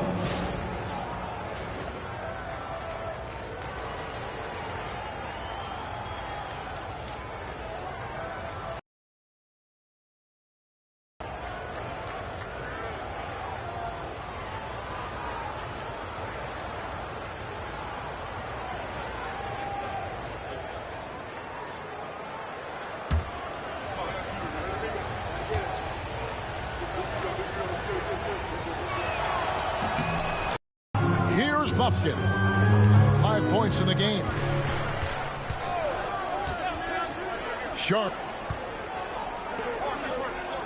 Here's Buffkin, 4 on the shot clock.